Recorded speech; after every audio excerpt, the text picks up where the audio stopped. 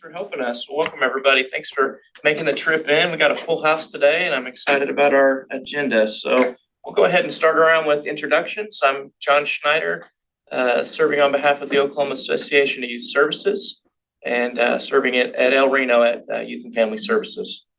Deb Shropshire, Oklahoma Human Services. Melinda Front, Department of Rehab Services. Jennifer Harrington, Commissioner for Residential and Child Placing Agencies. Jeffrey Cartmel, Office of Juvenile Affairs. Jacqueline Aaron, representing CASA. Haley Kurth, clinical pharmacist at SWASU, but I serve on this board as a foster parent representing PARB. I'm Jason Hicks, representative from the District Attorney's Council. Good morning, my name is Lindsay Laird. I work for the Oklahoma City Community Foundation. I'm appointed by Senate Pro Tem Greg Treat as an individual with an expressed interest in improving child serving systems that is not employed by a state agency. Good morning, I'm Mike Warren, and I represent the district in the Supreme Court. Okay. Jonathan, are you with us? I am. Good morning. I'm Jonathan Hall, president of Warburton Capital Management, and I'm the governor's appointee representing business and industry. Perfect, thank you. And we also have Commissioner Allie Friesen. Thank you for joining us today. Welcome to the commission. Thank you. Excited to have you. Pleasure to be here. All right. We'll go ahead and call roll and establish quorum. Commissioner Aaron. Present. CEO Bittner. Director Cartmel. Here. Commissioner Friesen. Here. Director Front. Here. Commissioner Hall. Here. Commissioner Harrington. Here. District Attorney Hicks. Present. Commissioner Kurth. Present.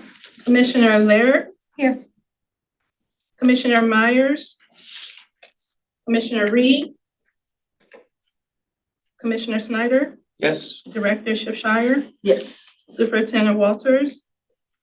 Judge Warren. Here. Commissioner Wilson.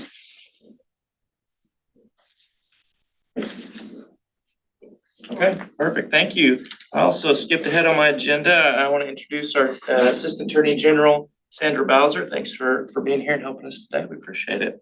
Okay, do we have anybody signed up for public comment? No public comment? Okay, we'll move on to agenda item number 3. Discussion and possible vote to modify or approve the meeting minutes from January 26th, 2024. I'll entertain a motion. Move to approve. Second. A motion and a second. Any further discussion? Hearing none, please call roll. Commissioner Aaron. Yes. Director Cartmel. Yes. Commissioner Friesen. Yes. Director Front. Yes. Commissioner Hall. Yes. Commissioner Harrington. Yes. District Attorney Hicks. Yes. Commissioner Kurth. Yes. Commissioner Laird. Yes. Commissioner Schneider. Yes. Director Shropshire. Yes. Judge Warren. Yes. Thank you. Next on the agenda is agenda item number 4, discussion and possible vote to approve the finance report. And I will turn it over to Mahbub Al-Haq. Thank you.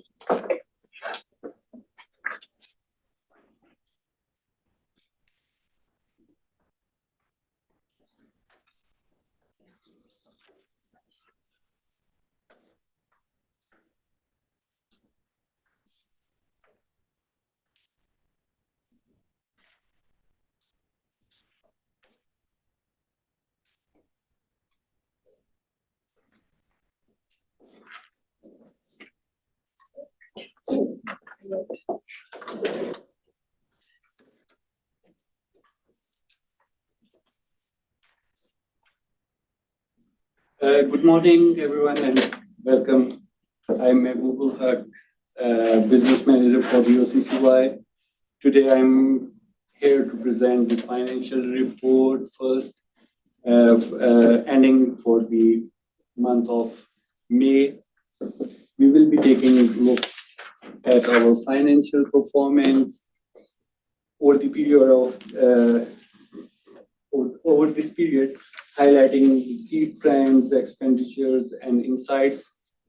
Feel free to ask any questions during the presentation or you may have after the presentation. This slide helps us visualize our budget progress and plan for the remaining financial year. It shows our current budget utilization for the financial year 2024 as of May 31st. Our total budget was 5.5 million over this financial year. At the end of May 31st, for the 11th month, we have spent, the allocation was 5.1 million, and utilization as of May 31st is 4.5 million. This means we have spent approximately 81% of our total budget up till now. And if we see it with respect to the year-to-date budget, we have spent 88%. The visual shows that we are quite on the spending track. This slide breakdowns our budget utilization by account for the financial year as of 31st May. Let's look each of the account. Personal services spent 74% of the total budget. This is generally aligned with our expectation for this category, and this includes the personal services and payroll cost or salaries. The travel expenses shows higher utilization.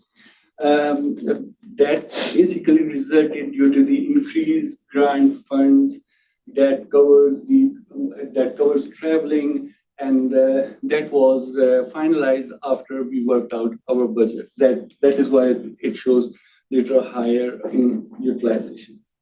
Administrative expenses, 87% of the total budget, which is within our reasonable range. Property, furniture, equipment is 25%. That is a smaller category, indicating we are well underspent, but that is very small category. General assistance grants, we have spent 91% of the total budget, which is significant portion of and within our expectations. The overall utilization is 81%. This information helps understand where our money goes and being spent, and allows us to adjust our spending plans for the future. This is the graphical presentation for the spending by each of the account. And here's a more detailed look of the expenditure, but by detailed account heads. This is the utilization by departments. This slide provides detailed breakdown of budget utilization by department in financial year 2024. As of 31st May, most departments are utilizing their funds budgets effectively. CEF, the Department for Children Employment Fund, shows little higher allocation that I already explained, that some of the grant funds finalized after we have worked out our budget. We will continue to track these expenses closely to ensure we meet our financial goals. Here is the graphical presentation for each department against the total budget and their utilization. I will now present the budget spending trends for the OCCY for the year July 2023 up to starting from July 23.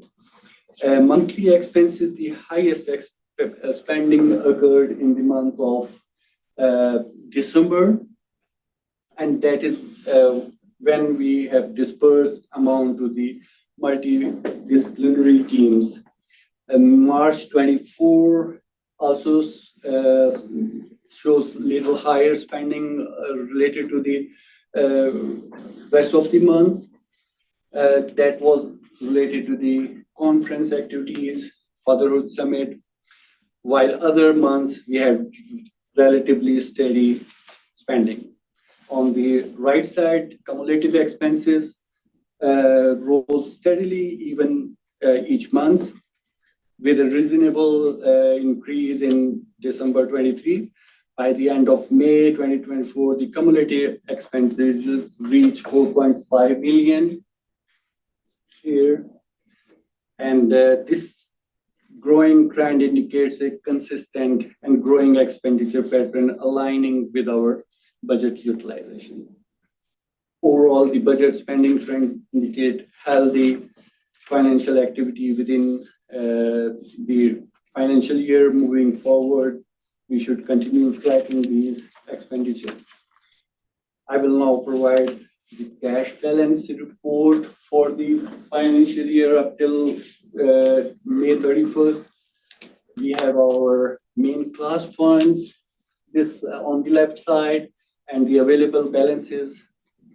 We have 4 main class funds with their respective balances shown here, and with the total of $622,390. This total provides a comprehensive view of all our financial standings, ensuring we have sufficient funds to support our ongoing activities. These are the reports already included, detailed reports that was system generated, included in the packet.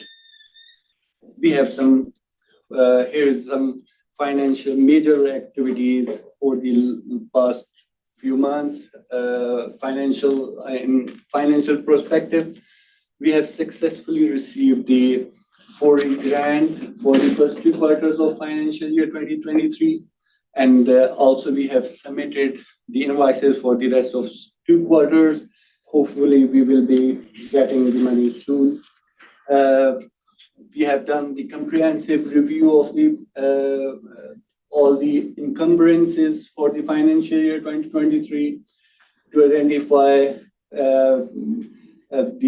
and address any outstanding invoices or payments. We have submitted, and the budget revision has been carried out for the $114,755, and this was to carry forward funds from financial year 2023 into financial year 2024. And rest of the routine activities, we were working on the budget for the next year, financial year 2025. That was the major activity over the last month. The current year, keeping in view the current year spending trends, we hope that we would be achieving 90 to 92% of the utilization by the end of June. And rest of the remaining funds we already budgeted and taken it for the year 2025. Rest OMIS, ABS, we do monthly meetings, reports, see the old news, and trying to make it possible that everything goes on schedule. Megan Patton is here also. If we have some questions, or she's here to support us. Ongoing progress, routine activities are going fine, and nothing major outstanding. All the payments are on time, and transactions and operational activities are going. Thank you for your attention. I am here. I am happy to address any questions if you have and provide further details. Have any questions? It looked like there was a $200,000 expense. I think it was the, Television. yeah, is that a timing situation? They haven't invoiced us for a while, and that's why that money's been sitting there. It's 100,000, I thought, but is that what we're talking about? So it's 200,000. Oh, that should be 100. That's a. When we were working for the budget, we anticipated that we would be getting some sources for the money, so we budgeted at 200,000. But later on, what we contracted seeing the available amounts, we contracted for 100,000. By delay invoicing. They haven't submitted the invoices yet, and that's why no payment is showing up. Thank you. Any other questions? Okay, I will entertain a motion to approve the finance report. Move to approve. Second. First and a second, any further discussion? Please call roll. Commissioner Aaron, Yes. Director Cartmill, Yes. Commissioner Friesen, Yes. Director Front, Yes. Commissioner Hall, Yes. Commissioner Harrington, Yes. District Attorney Hicks, Yes. Commissioner Kurth, Yes. Commissioner Laird, Yes. Commissioner Schneider, Yes. Director Shropshire, Yes. Judge Warren, Yes. Okay, motion passes. Thank you. All right, next is agenda item number 5, discussion and possible vote to modify or approve the state fiscal year 2025 budget, and I will turn it back over to you. Thank you very much. Once again, I am Mehboob Ulak and I would be presenting the OCCY proposed budget for the financial year 2025.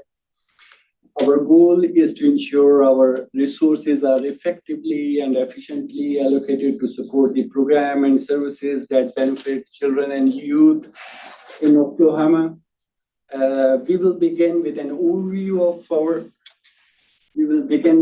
overview of our budget for the projected budget for the financial year 2025, followed by the detailed breakdown by the budget allocations across various departments. Additionally, we will be highlighting any significant changes from the previous financial year and discuss the factor driving these changes. Our total volume of the budget for this financial year is $5.9 million, an increase of $850,846 from the previous year.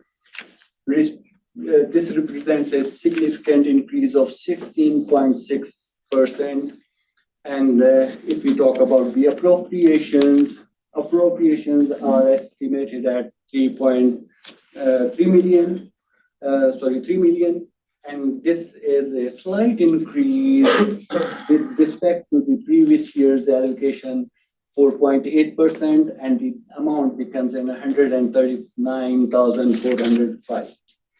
This additions in appropriation includes basically 2 new things, 1 new position, and database maintenance. And here is the detail. This highlight shows the new additions for our appropriations.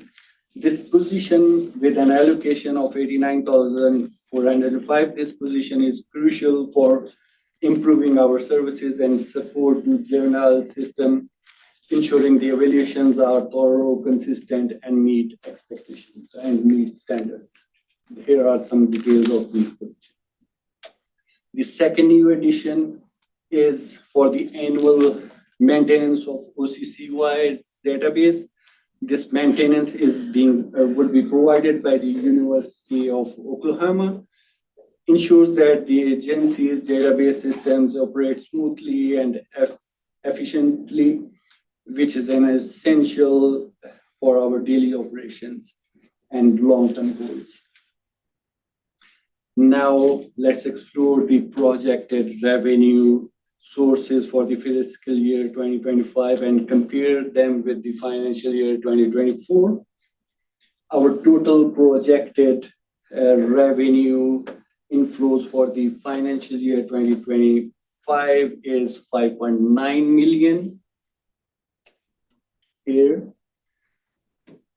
And if we see it with respect to the last year, it was $5.1 million. It is an increase of $850,000. And the increase in appropriations is $139,405. a significant decrease in carryover funds. We have this year, we have a conservative, and definitely this year, the spending trends are almost on the track, so we are not expecting the carryover. So that's why we have a conservative estimate for the carryover this year, and it has decreased by 378. A slight increase in projected revenue totaling to the 350,000 with the grant funds, with the PDG, a substantial increase, 564,000 in certain grants. If we total all these grant funds coming over, it becomes 564,000. Additionally, each of these grants, these are some of the reimbursable contracts or grants that is from the MPHA grant and some DHS for the CSO activities, support parent-wise and youth-wise. These are the new additions. This pie chart on the right-hand side provides the visual presentation for the projected revenues and sources. Our appropriations are the 50% of our total revenues, and grants collectively contributes 41%. Rest of the two minor additions or inflows are 40 and carryover funds. Excuse me. Why is the grant money from the federal 4E grant creeping downward? This year we have submitted invoices. Based on these invoices, we estimate we have a conservative this is the floating variable expenses that is reimbursable under the federal 4E grant. So we are taking these a little conservative estimate, matching the previous year receipts. Would you remind me what it's for, what the program piece is? So, OJSO and I believe Keith. Yeah, part as well, yes. So for Part those over for cases, admin. if they're eligible for cases, then we get reimbursed for those. And it is, Mahbub is correct, it's a very conservative estimate. We could have left it at the project like what we had last year, which is what we used to do in the past. We used to just say, just like last year, but it ebbs and flows based on our activity. 4E is drifting down too, because 4E eligibility is based on 1996 family income criteria. So the further we get from 1996, the fewer people fit in that category, the fewer cases. So 4E eligibility is drifting down. So there's less federal money over time coming into the state. I wanted to make sure that it was not some type of punishment for something that the court system was doing. No, I actually, so our experience with 4E is that actually, well, so there's a couple of things. One is I think that the uniform orders. Somebody told a funny. Yeah, that's true. Uniform orders have really made the 4E determination as it relates to the court work well.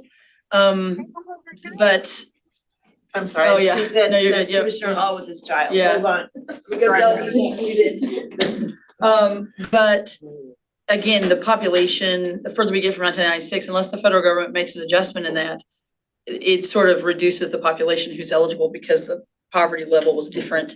And then now there's also some, I probably shouldn't speak to it. There's something about, we're working with tribal courts on some of those determinations and standard orders. And so there's some things related to pulling down 4E for related to kids who are in tribal custody as well. The match is even lower there. But I think the courts, the uniform orders the courts have done over the years, they've actually really kept us stable. So it's not a state judge problem. So I just wanted to make. Right, no, it's not that. It's just that unless the federal government changes things, like we're 30 years out from 1996. That seems. It was a fixed, here's the, in a sense, financial qualification, and they have not changed it. So, Okay, yeah, that's what the bill is. thank you. Thank you. This was the revenue, projected revenues. Next week, we'll be going to discuss expense side. The projected expenses for the financial year 2025 for the major categories. Personal services allocated 4.1 million, reflecting an increase of 106,092, covering salaries, wages, benefits for our staff. The travel expenses estimated $129,813.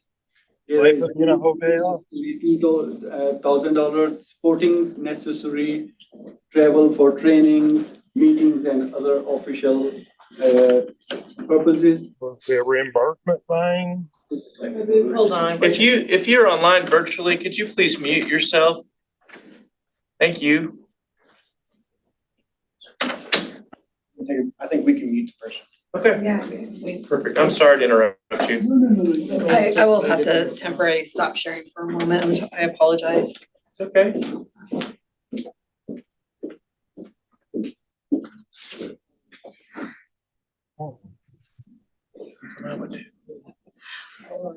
Technology, you still have to go screen to screen. Yes.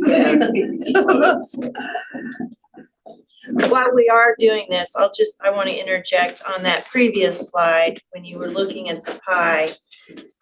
Since we're all relatively new, when I first showed up in 2017, all of our appropriations were spent on personnel, and we still didn't have enough money for personnel.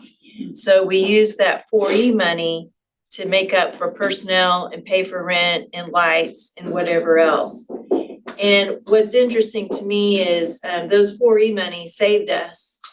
I mean, they kept us afloat. And so thank you. But I also want to say thank you to you and so many others around the table, because that pie has changed colors, and we have what we're saying our grants are really contracts with partners. They're partners with the health department, PDG upstairs, more money from you, not just 4E, and we'll take money from any of you. But what I am trying to say is you have expanded, the commissioners yourselves have expanded the work and made it possible for us to do more collectively.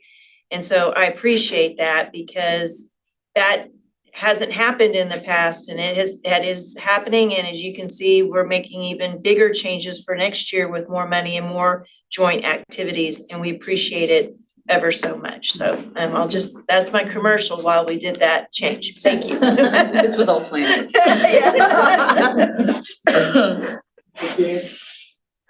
Zooming back, travel expenses are 129,000, and there's an increase, and this supports our travel for trainings, meetings, and other official purposes.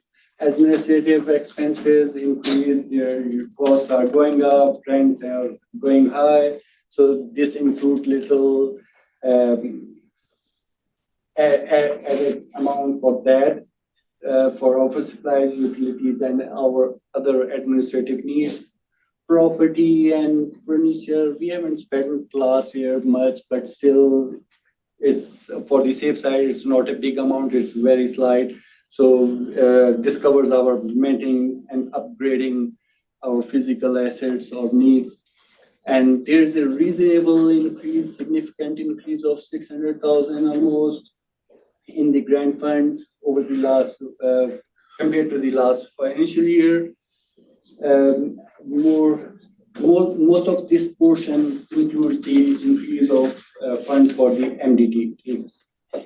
Overall increased budget will enable us to enhance our operations, support our staff more effectively, and provide greater assistance.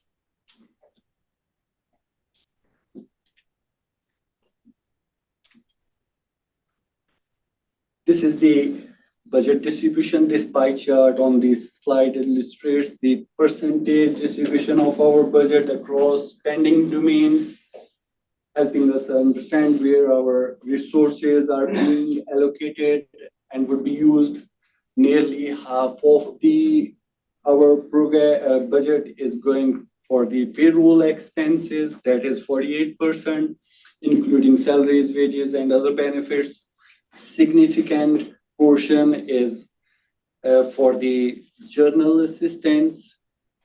25% is for the grant activities or program activities, and professional services caters 21%, administrative expenses 4%, travel is 2%, and very little 0.16% for the property and furniture.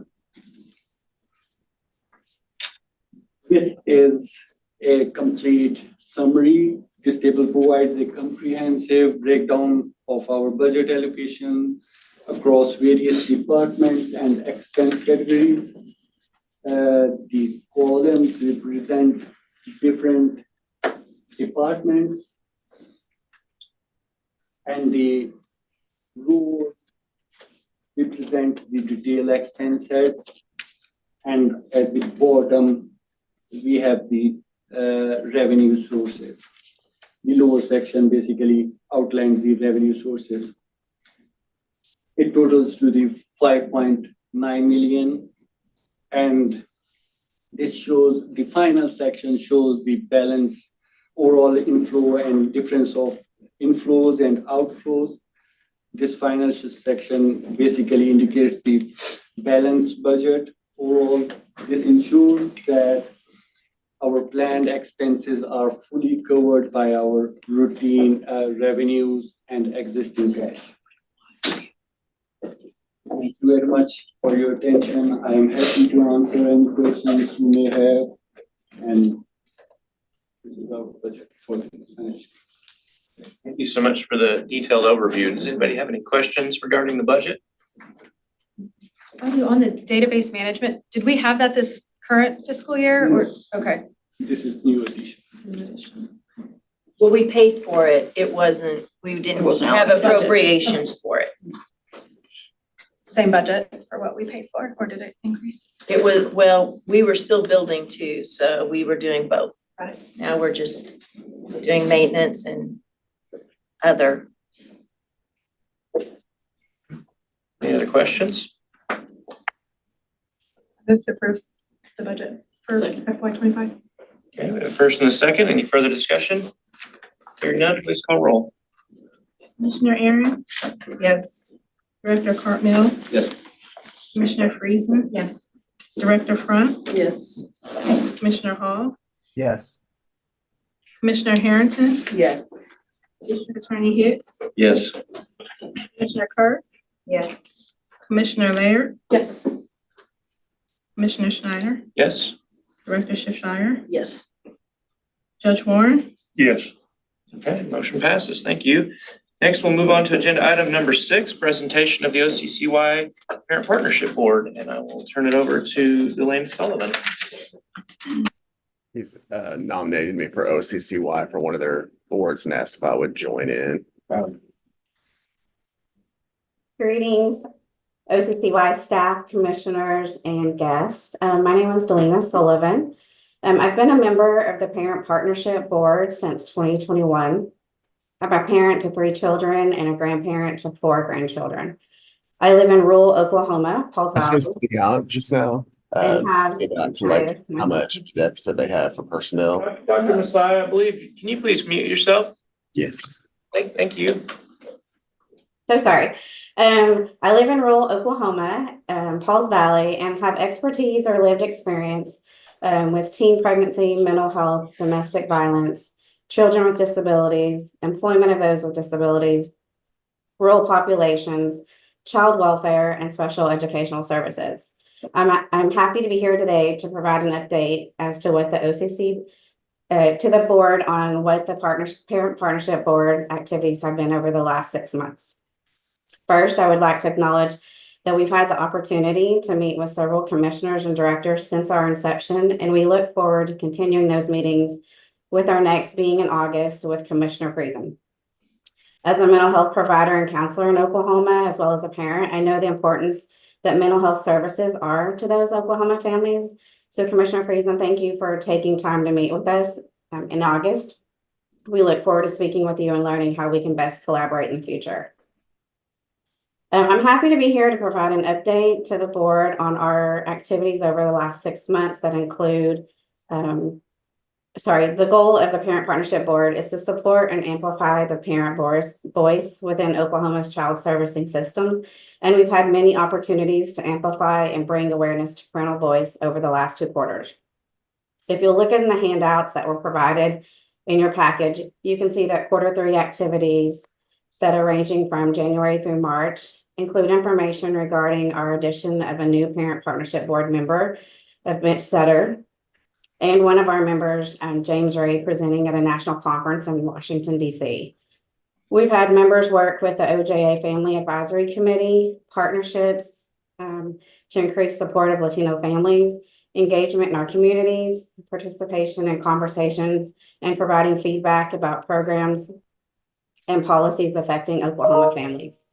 Additionally, we awarded 3 outstanding Oklahoma parents with Parent Leadership Awards, and we held our first legislative breakfast at the Capitol, where we had the opportunity to connect with Oklahoma legislators, senators, and staff to provide awareness and education about the Parent Partnership Board and our mission.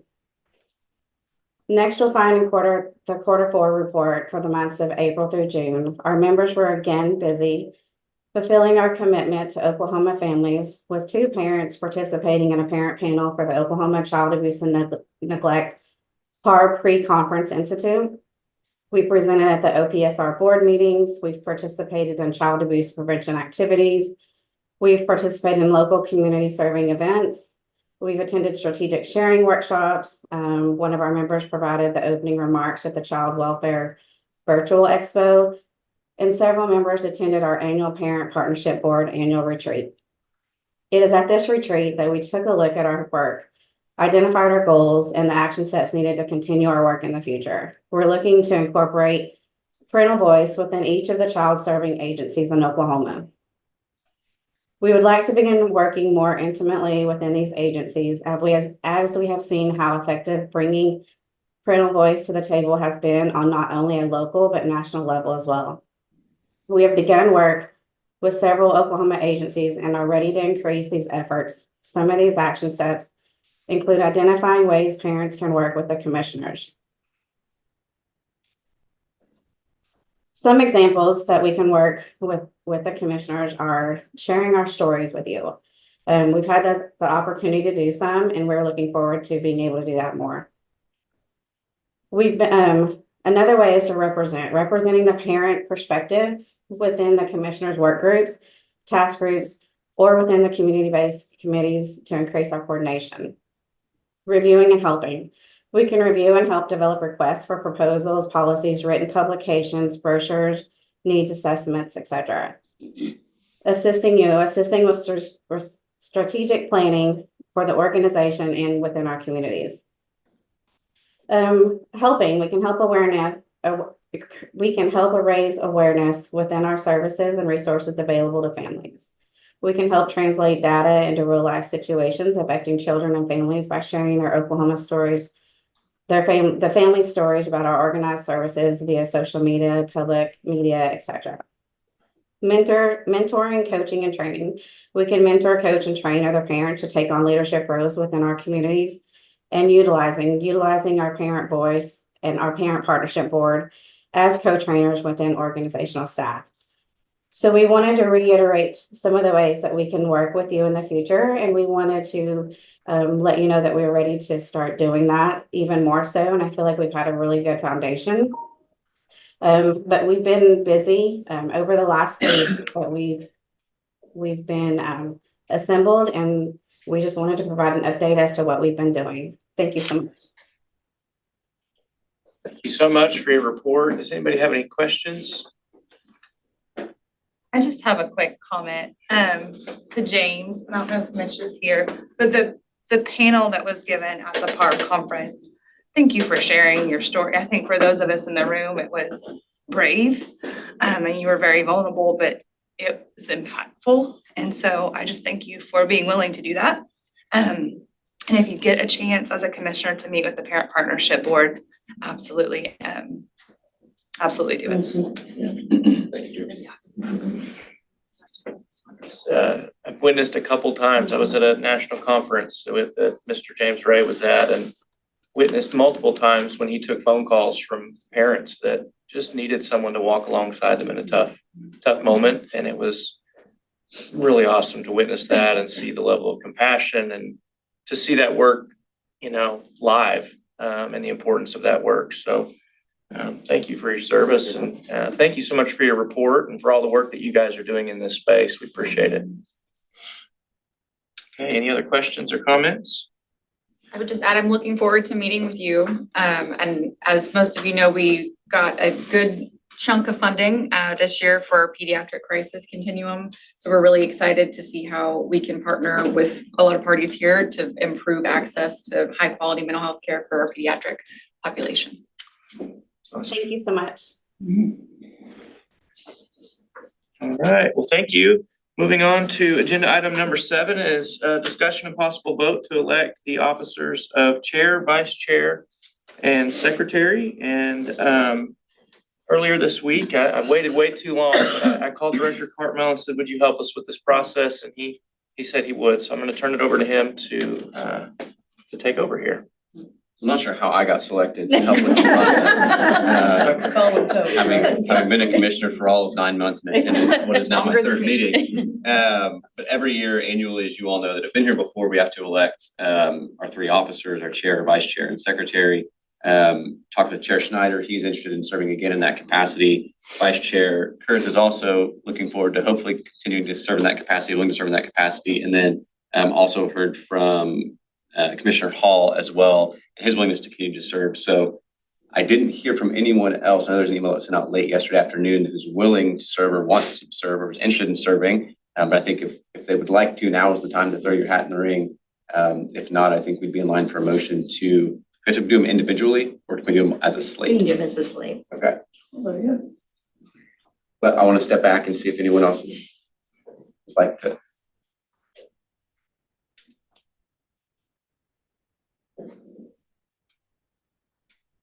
Can I make a motion to approve the slate? Second. We have a motion and a second. Any further discussion? Hearing none, please call roll. Commissioner Aaron, Yes. Director Cartmel, Yes. Commissioner Friesen, Yes. Director Front, Yes. Commissioner Hall, Yes. Commissioner Harrington, Yes. District Attorney Hicks, Yes. Commissioner Kerr, Yes. Commissioner Laird, Yes. Commissioner Schneider, Yes. Director Shipshire, Yes. Judge Warren. Yes. Thanks for serving. Yeah, thank All you. three of you. Thank you all. Yeah. Appreciate it. And thank you, Chair and Secretary or Vice Chair and Secretary for serving. And Director Cartmel, thank you for doing that. I know that was a little bit of extra time in your week. I've heard him quote many times that progress happens at the speed of relationships, and he proves that by saying, I'm willing to help and step in any way. So I appreciate that. Okay, next on the agenda is agenda item number 8, appointment of child abuse training and coordination. And I'll turn it over to Annette to help us through this agenda item. So I'm gonna give you a little context, and then I'm gonna have Brittany do the actual, provide us with the actual detail, but I believe it was 2007. The Child Abuse Training and Coordination Council was active and alive at the State Health Department, organized by them. And in addition, the freestanding multidisciplinary teams were also at the Health Department, organized and administered by them. Coincidentally, they were in my shop when I was at the Health Department. In 2007, there was a request by Governor Fallon at the time I think it was Governor Fallon, might have been somebody else, anyway, from a governor, to consolidate all task forces, commissions, council, and advisory groups. And so they eliminated all of the groups within the building with the exception of 4. And they collapsed everything into one, for children, into one entity called, I don't know what it was called. It's in statute though. And it only was made up of like 6 healthcare professionals. And I argued that that was a mistake because OCCY was 22 people from a variety of disciplines that came from a variety of fields that worked for the total child's well-being, not just their physical health. I didn't win. I know that's shocking. Infant child health advisory council. Yes, Is that what it was? yes, it became It that. was very medical and very early childhood oriented. Exactly. Yeah. And so I thought we lost an unbelievably great body. Recently, something came to our attention and I was told that had gone away. Never looked at it, never thought about it again, told it was eliminated. Something brought, a question came up and we started looking in the statute and we realized that's not dead. It was just changed. And maybe you had something to do that, former Senator AJ Griffin. There you go. And so language was changed so that wherever it said OSDH, it simply says OCCY. But it's still in the public health title. So I haven't looked at it in 6 years because why am I digging around in Title 63? I dig around in 10 and 10A now. So all this to say is, look, it's still here. And we are thrilled. So we're trying to reconstitute it because I will tell you in my years in public health, I found that body to be unbelievably supportive and helpful because people were coming in from a broad range of perspectives and they were talking about the training they thought was needed from their perspective out in their parts of the world, and it just made all the world difference. In addition, they also were involved in the annual reviews of the multidisciplinary team, so it wasn't one person doing it on their own, it was a whole cadre of people having their eyes on something and then presenting it to the commissioners with, you know, a whole bunch of confidence saying, we all believe these teams are functioning and that you should provide them funding. So we would like to resurrect that system. So we have put out a plea to the bodies that have these disciplines in them and ask for representatives. And we didn't give people much time. So if we heard from folks and got a resume prior to sometime last night, they are in a packet in front of you. And I'm gonna turn that over. Brittany, are you behind? You're behind the pillar. I'll let you talk about what they see and what's in this packet.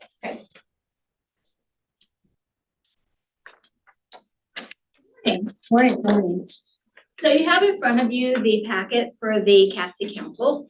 First page is the statute that says we're going to have it and specifies what disciplines are required to be in there. There are 22 different disciplines that are required to be part of OCCY. We have contacted every single person, agency, entity listed in that statute that then said, please send us a representative and a designee and a resume for them. After you get past that, you've got a chart that shows which ones have responded to us prior to this date and their resumes that we've received. And past that are the resumes of those people. So as Annette said, OCCY is a really kind of an interesting entity. This is my first real experience with OCCY. Back when I was a coordinator, it had kind of gone away, so I knew about it just a little bit. But the idea of having these groups come together and talk about what works best for the MDTs and what we need to see as far as training for these professionals and what we need to see in the field and how are we going to enhance the teams and improve the teams and ensure that they're functioning rather than it just falling to one or two people within OCCY to do that, I think is a fantastic opportunity, and I'm really looking forward to getting this going again. We have asked for people to be nominated that have some experience in the child serving systems and We haven't asked, it's required in It is statute. required in statute. We have asked, but in the emails that we sent out, that we're looking for people who have that experience. We will be doing an orientation for the team once it's all established and all of that. So right now, we have received 11 agencies have responded and sent us resumes, which we have had, which is in the amount of time that we did this, I think that's really pretty good. So we want to ask that the 11 that we have now be approved. And then in the August meeting, we anticipate being able to bring the rest of the nominees to you.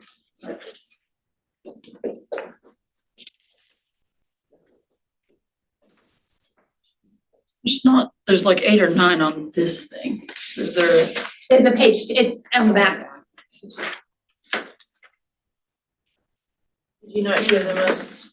I did. It should have been in the packet within. I think Audrey sent. Oh, gotcha, okay, I've got it, yes, okay, I've got 2 copies. Okay, Thank you. sorry. No, that's fine. They were coming in, and a lot of entities, they take the names to their boards for approval, so we missed that. So it wasn't that people weren't responsive, it was just we didn't ask in time for them to take it in front of their boards, so. Is this something that we can update and amend at the Oh, next yeah, we meeting? can do in August as well. And every time, I will tell you, at least the practice was, forever ago, whenever we had a vacancy, wherever it fell, we asked them to give us a submission and we brought it to the commission for appointment. It could fall any point in time. We just want to get it going. Our goal was if we could get 13, we'd have quorum and we could actually start working. But we fell short of that just by a hair. But this is a good start and we'll continue to work on the other half and bring them in August. And the requirements for the designee, are those the same as the representative with the experience in the child system? Yes, but as a general rule, the designees don't come to you, just the appointment. Because Right. the idea is that the appointed person would be there the majority of the time. Can I ask a question?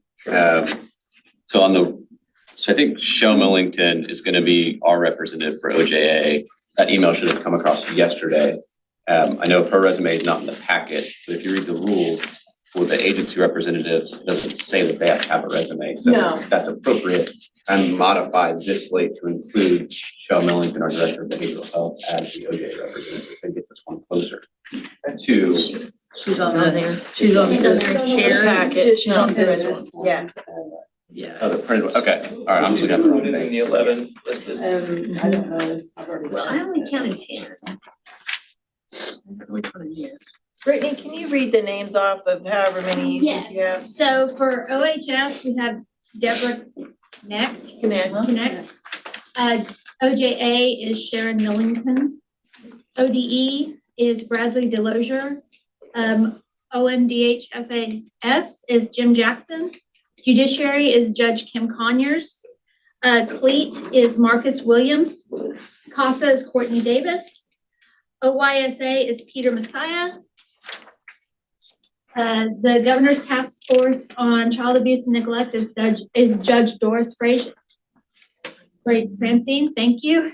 PARB is Trish Gardner, and Child Advocacy Centers of Oklahoma is Carrie Little. It's the task force that used to be in statute and they got rid of the word governor, but they still refer to it as that.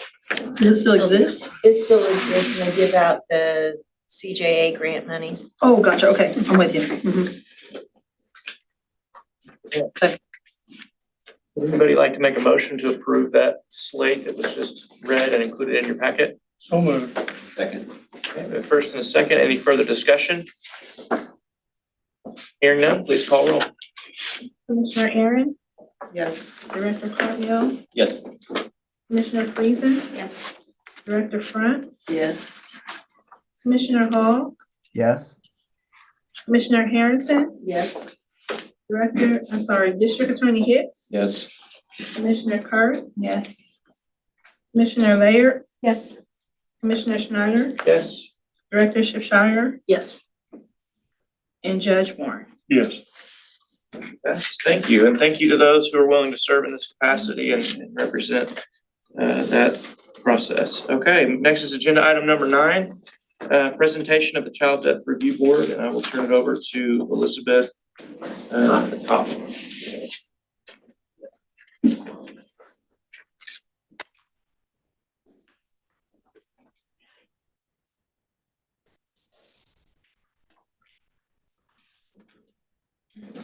Good morning.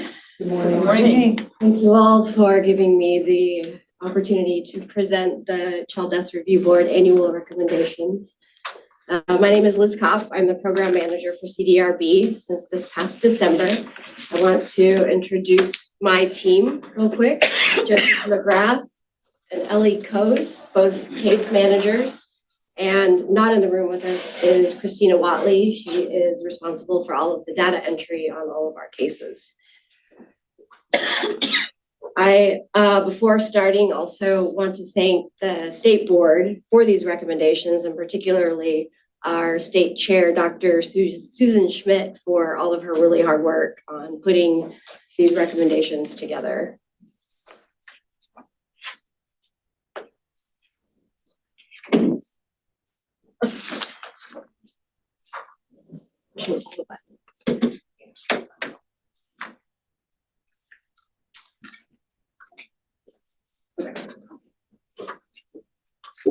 So what you're looking at here is the inspiration for the recommendations this year. These are all of the cases that we reviewed during 2023.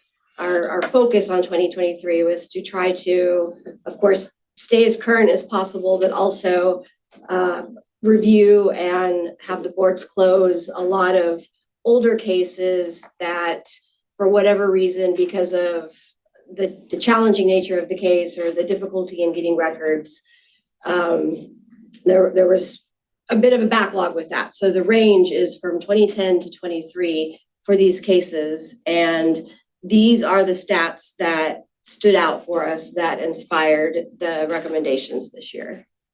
So of the cases that we reviewed last year, which total were about, I want to say 400-ish, about 95 of them were unsafe sleep cases.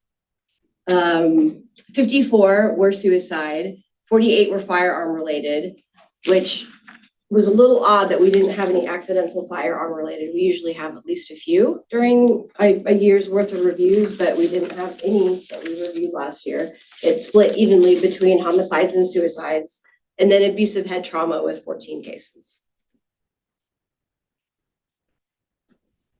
So in 2022, an environmental scan revealed deficits in available safe sleep education for caregivers across the state. Particularly in the rural areas of the state, it seems to be a bit of a bigger issue, which we will be exploring more in this upcoming year, which I will hopefully be able to present to you all at a future time. Additionally, we've seen a growing trend, not just with the biomom and biodad being the primary caregivers for these infants, but grandparents and sometimes siblings or other relatives. And so we want to emphasize that the unsafe sleep education not just be for the parents. I think I skipped one, but not just for the parents, but for the alternative caregivers for the children. And then we also want to continue to provide this unsafe sleep education for everybody across the state, and particularly the rural areas where there seems to be lacking. Could you give an example of the sleep-related death? I would have thought that some of that would have fallen into the accidental death. Yes, so the American Academy of Pediatrics recommends that the infant sleeps in a pack and play or a crib on a hard surface with nothing in the crib or the pack and play. No blankets, no boppy pillows, no, excuse me, nothing that could potentially obstruct the airway for the infant. Then there, this is why I brought this. There are additional recommendations not to smoke, breastfeeding, sharing the same room but not the same surface, so no co-sleeping. And then these cases, depending on the circumstances of the case, the investigation, what information is available, they would either be classified as potentially accidental asphyxia or perhaps wedging, depending if it's a very obvious, like the infant is rolled off into between the wall and the side of the bed, and it's very obvious, or the blanket is up around the baby's face, then that would more likely or make it easier for the investigation to lead to the outcome being a manner of death as accidental and the cause of death being asphyxia. If prior and even after the investigation, it still is not completely clear, then that would be classified as an undetermined manner of death, and the cause of death would be sudden unexpected infant death. And then they would have another section where they say other circumstances that contribute to the death or contribute to the underlying cause but are not the actual cause, which could be unsafe sleep, unsafe sleep, which would be soft bedding, co-sleeping, other things in with the infant, like again, the bottom pillow or having a bottle propped up. Those are all things that are considered unsafe sleep. Does that answer your question? Yes, I was wondering if SIDS, how you classify it now. So SIDS is kind of an umbrella term that falls underneath the sudden unexpected infant death. Back in about 2011, 2012 is when SIDS, sudden infant death syndrome, stopped really being used for the most part on by medical examiners and then on death certificates. Even though the terminology still gets kind of thrown around a lot, SIDS is only appropriate when there are absolutely no unsafe sleep circumstances, and after the investigation is complete, there is no way to really have a good understanding of exactly what happened, what caused the death.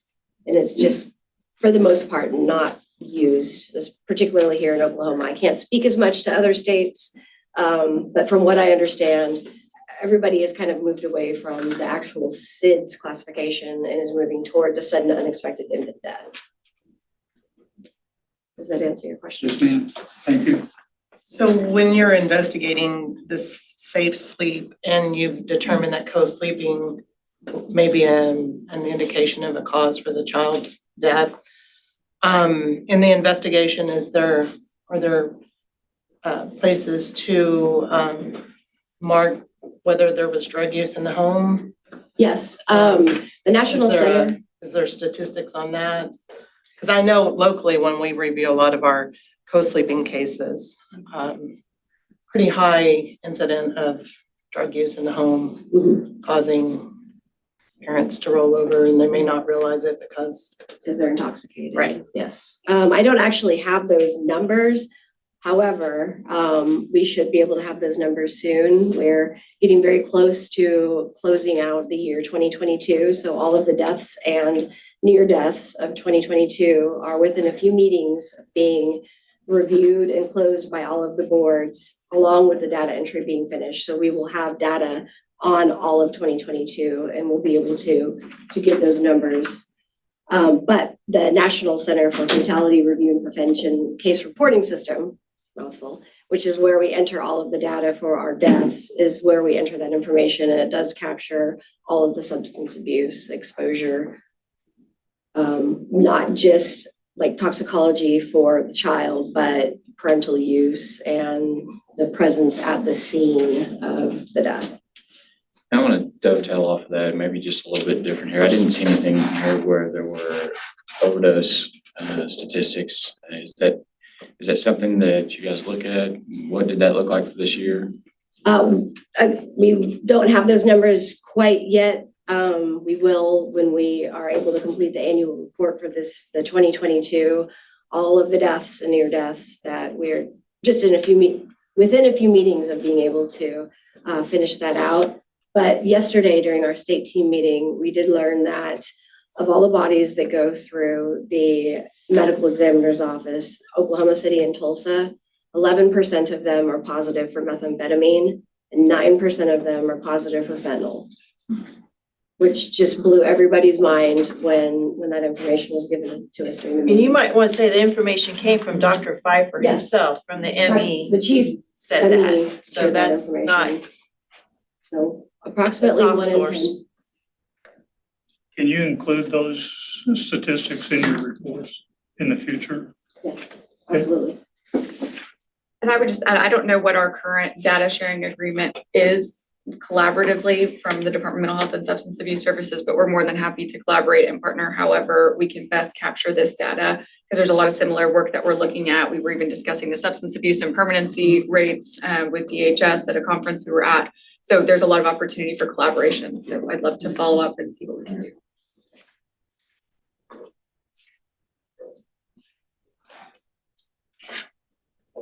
All right, so moving on into the suicide deaths.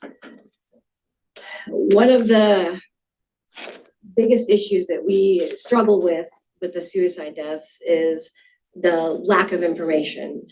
When law enforcement investigates the suicide cases, they're primarily worried about whether or not a crime has occurred. In the majority of the suicide deaths that the boards review that we receive, child welfare is not notified of those deaths. And the law enforcement agencies that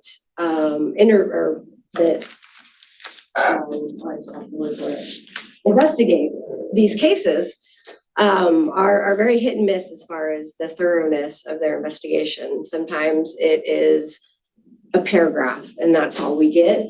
Other times we get phone records and interviews with their peers from school, and it's very thorough. And we would love for all of our investigations to look like that. But it doesn't happen. We would love for child welfare to be notified of every suicide death, whether they choose to investigate or not, whether they screen it out, but at least to give them that opportunity, particularly when there are other children in the home, because as you all probably know, the chance of or the siblings being at risk for suicide goes up when one of their siblings dies by suicide. And unfortunately, in a lot of these suicide cases, the sibling is the one who finds the child, their sibling that has committed suicide. And so that is the first thing that we would like for law enforcement to make it their standard practice to always reach out to child welfare on every suicide case. We would like a standard reporting form, like we have what's called the OCCY, the Sudden Unexpected Infant Death Reporting Form, or SUDERF is another name for it. And it's the guide that asks all the unsafe sleep questions, all the circumstances about how the infant was found, how they were placed, how they were found, what the 24, 48 hours leading up to birth records, what the pregnancy was like. It just asks everything, and we get so much information, and it makes our data so much better. We would like something similar with the suicides, because it would, again, help us to have much better data in order to do what we can to prevent these. And then make sure I'm not skipping one. The policies and for officer training, another thing. So again, a lot of the larger agencies do have pretty good training, pretty adequate training on how to handle child deaths, suicide deaths, particularly the rural ones is what this last bullet is referring to.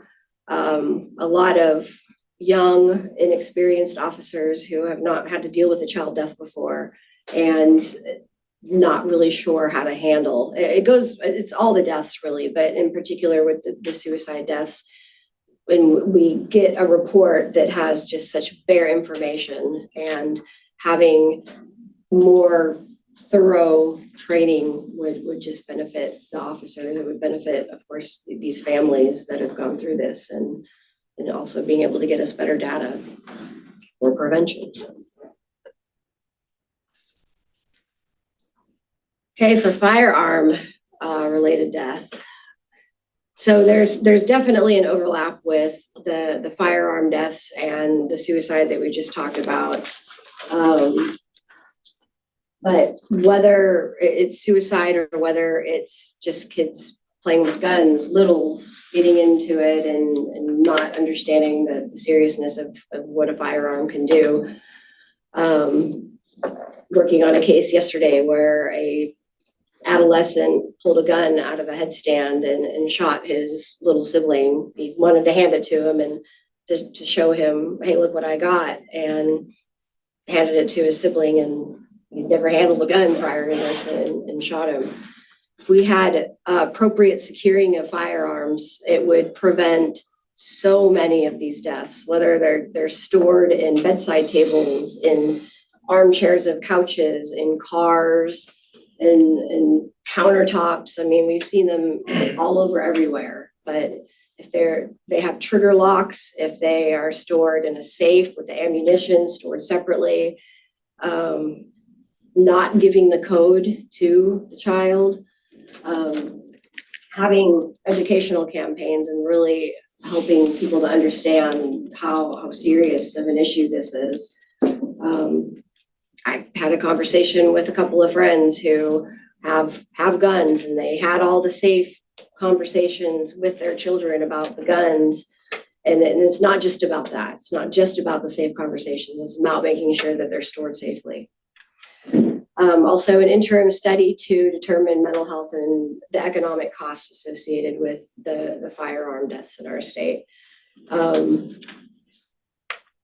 Along with that, it isn't necessarily a part of this bullet, but when you have a child who's going through any kind of crisis, even if in your mind it's not a crisis, but they broke up with their boyfriend or girlfriend, and while as an adult it's not that big of a deal because you're going to have 100 of them by the time you marry somebody or do whatever.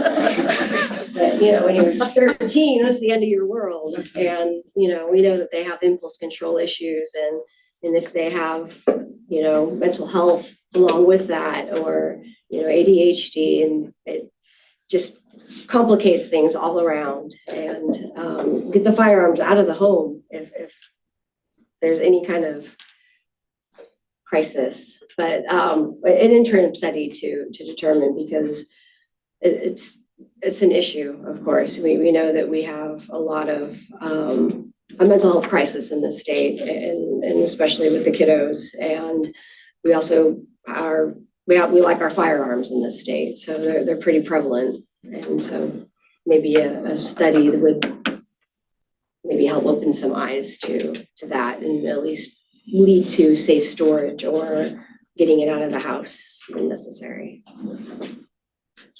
And last but not least, abusive head trauma. We recommend that the period of purple crying program continue to be funded. That's when you are just so frustrated because you're exhausted, you haven't gotten enough sleep, and your baby's teething, or they cry a lot, and you're just so frustrated.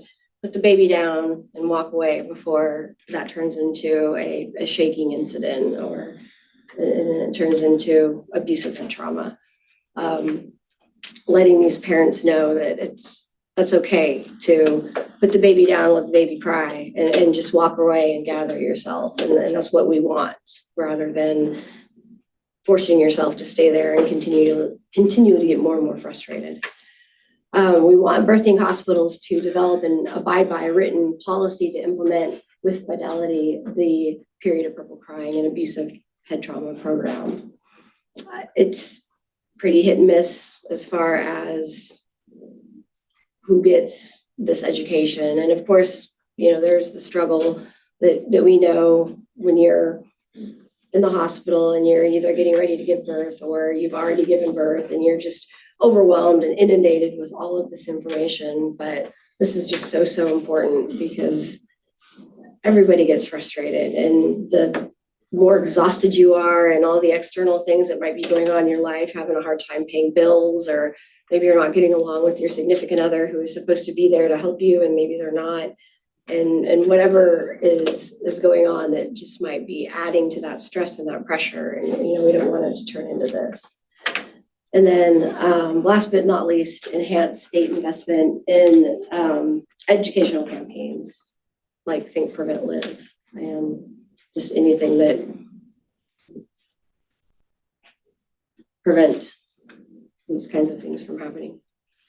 Historically, where does this funding come from for this program? For Child Death Review Board. Oh, yes, but I was this program. For Think, Prevent, Live, it's at the health department. It's usually, lately, I believe, come from the Maternal Child Health Title V monies. Okay. It started off as a child abuse prevention, CB-CAP federal funding program. But at one point, Title V had some money that became more flexible, and so they started taking it over. And unless things have changed, I believe it's still Title V. Am I wrong? I think that's correct. I wish Keith were here, but I'm pretty sure that's right. The burden has been at the health department on that. Doesn't have to be, but that they have picked that up. Oh my God, any questions? Questions or comments? I would just say it's super clear that your team has been doing a ton of work on the case review, for which I'm thrilled, because I know a lot of times by the time a year has been reviewed, it's 3 or 4 years later, and you sort of are like, well, I don't know what to do with this data, but you guys are like rocking it as far as catching up on backlog. And so I'm super excited to start getting something that's closer to real time that we could actually advocate for actions on. So great work. The regional teams have also been amazing as far as having extra meetings to help us get there. They've been great too. Fantastic. How far back do you go in kind of the case review to investigate potential contributing factors to the suicide, or is that something that we can help with? In an individual case? Yes. We're reliant on the investigation has already occurred and we're reviewing everything that's already happened. So like, for example, in a suicide, the documents that we would be requesting would already probably have the death certificate, the autopsy report, law enforcement. And then if there is an indication that this child was in mental health services, then we would request those mental health records, which we may or may not get. Sometimes those are a challenge. We just try to get as much of the information that is available as possible. Okay. Where's reach out? Yeah, that'd be wonderful. Why wouldn't the medical examiner's office send a report to DHS?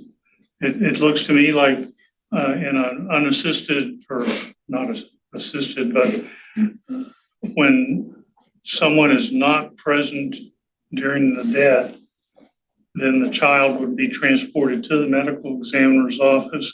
They would make a determination, and then the report would be what would happen? Why wouldn't it go to DHS and you guys be notified of that? I'm not sure what their protocols are as far as that. I do know that they're not always there at the scene. There are occasions, child death occasions, where the ME investigator, for whatever reason, is not actually at the scene at all. And so that would at least account for some of them.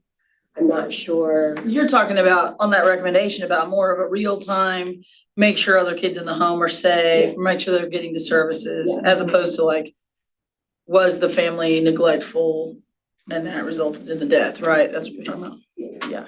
Well, and I don't know if this is appropriate, but I will take that. I mean, I think collaboratively with DHS, we have opportunity. We're already working on kind of an internal threat assessment team, but that would be multi-purpose for school shootings or some really extreme circumstance death like this.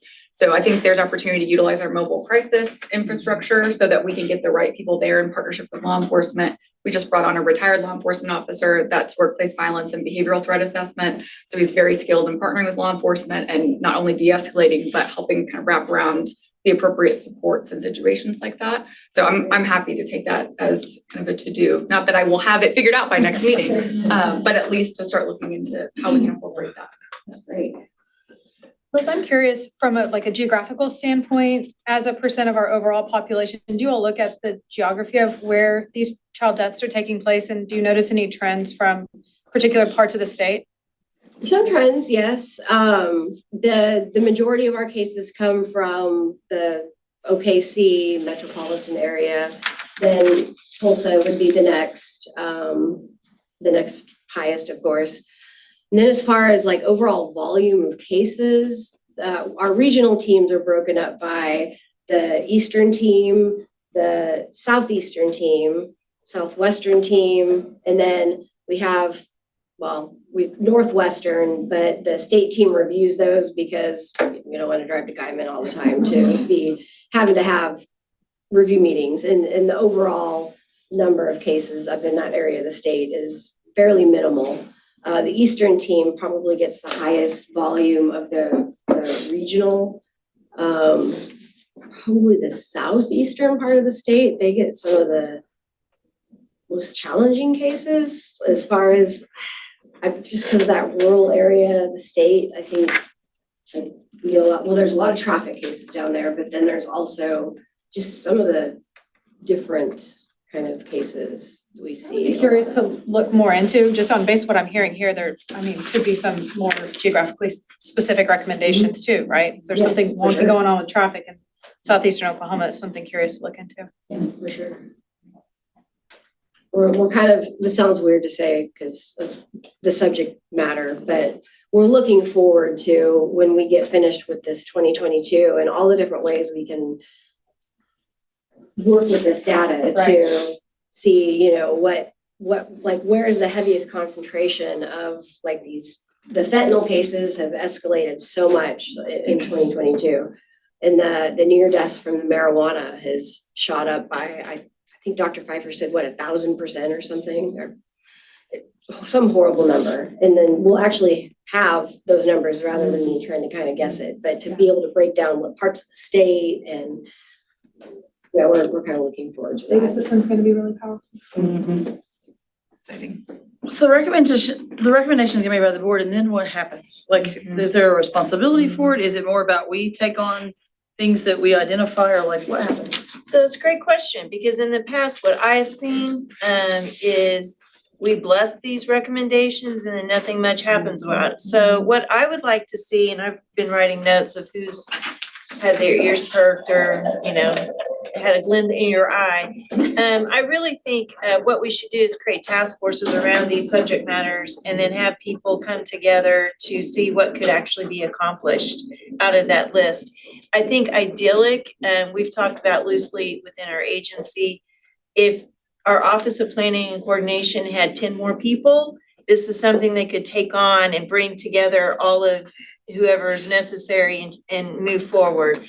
We don't have any spares at the moment, anyone who can absorb this work, but we can try to figure out how to create work groups, because I think these are good recommendations. They've been well thought out, and the state board put a lot of time and effort into it. I'll talk a little bit more in a little bit about CDRB during my report, but things are very different in this department. And I think that when they throw out ideas, they're not like everybody needs puppies and rainbows and it's all going to be great. We all know everyone needs puppies and rainbows. But they've actually told you why and what's behind it and what they'd like to, some next steps. And that's what I love. It's not some aspirational, we just don't want kids to die. Okay, that's not a wreck. We don't either want that to happen. So I appreciate the time and effort you guys have put into this. And I don't know if you noticed, but on their handout, they had citations. I mean, it was thought out. So I would like to do some work around this and not just shelve it, because that, there's some momentum there and I don't wanna lose it. I think we're gonna see a huge increase in fentanyl deaths. Oh, yes. Any other questions or comments? I mean, I can say from the DMH perspective, we have our strategic planning retreat this next week for 3 days. And I am actually making a note to remember to pull this into our pediatric kind of swim lane. Okay. So that we'll make sure that it's incorporated in an expectation for our child teams to take that on and partnership with others. Thank you.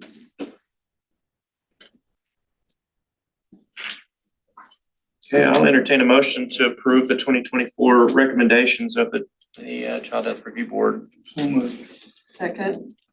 Motion. What do you approve, we're approving what? The recommendations or just the? You to do all of this. Like to modify the.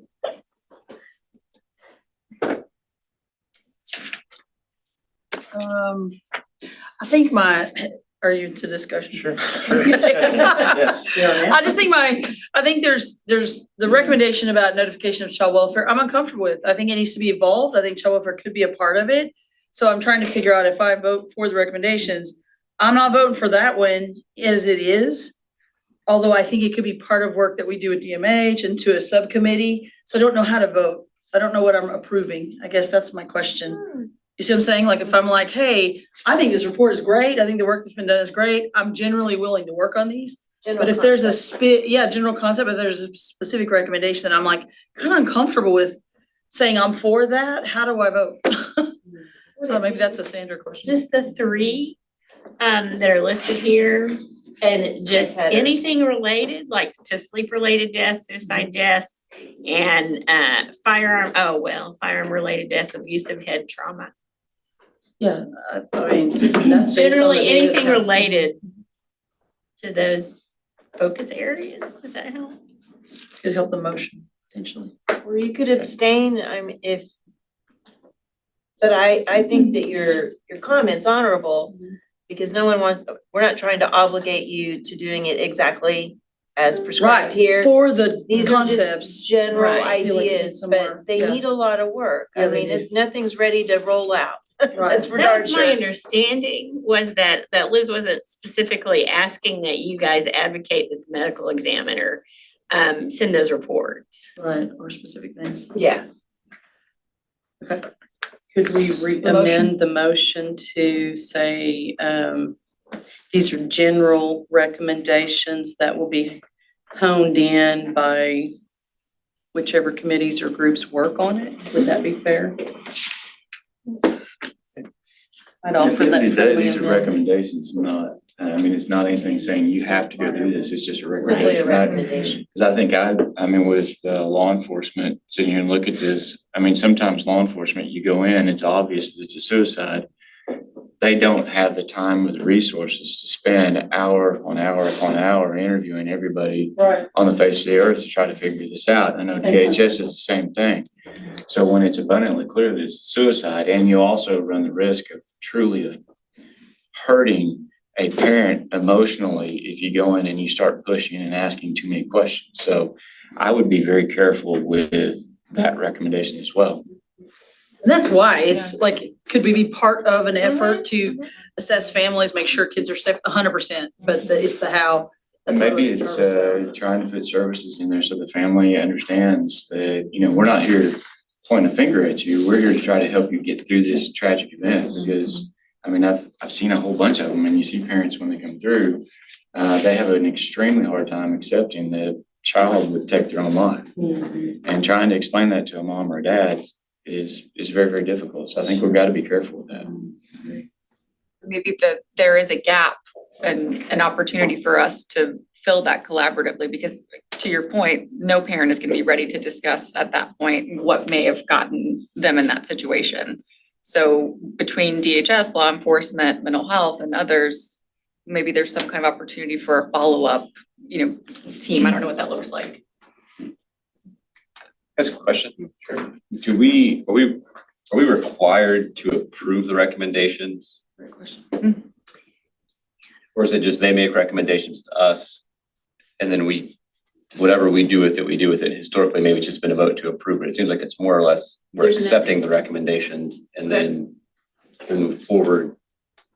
There's nothing in statute that says we have to approve. Just says that these have to be made to OCCY. You could amend the motion that we assemble task forces to review the recommendations and take action steps as appropriate or something like that. Or do nothing. Okay. We have to Annette figure out how to respond to the CBRB's recommendations. What would you support? I mean, I am very supportive of the work of the task force and the general categories and general recommendations. So I'm for that. So if this motion is really about the general report, I'm for it. I just didn't want to be in a spot where I was accepting a specific recommendation on behalf of our agency that then sort of gets down the road without some work, because I think there's some work to be done on it, if that makes sense. So that's why I was clarifying kind of what the motion actually, what are we actually accepting? What do we have to accept? But the work is fantastic, and I think the recommendations are fantastic. So I do want to be clear, I'm in favor of that, so. I would add, I think we also need some recommendation in there with respect to overdoses, because we've all kicked that around a little bit, but it's abundantly clear that overdoses are a problem. And I think you mentioned just a minute ago fentanyl. Yeah, fentanyl's a huge problem, and it's not going to go away, and it's going to get worse all the time. So I'd love to see something in there with recommendations to be able to educate parents, kids, and everybody else with respect to overdose, because it does not take one pill, and it does not take much fentanyl at all for somebody to lose their life.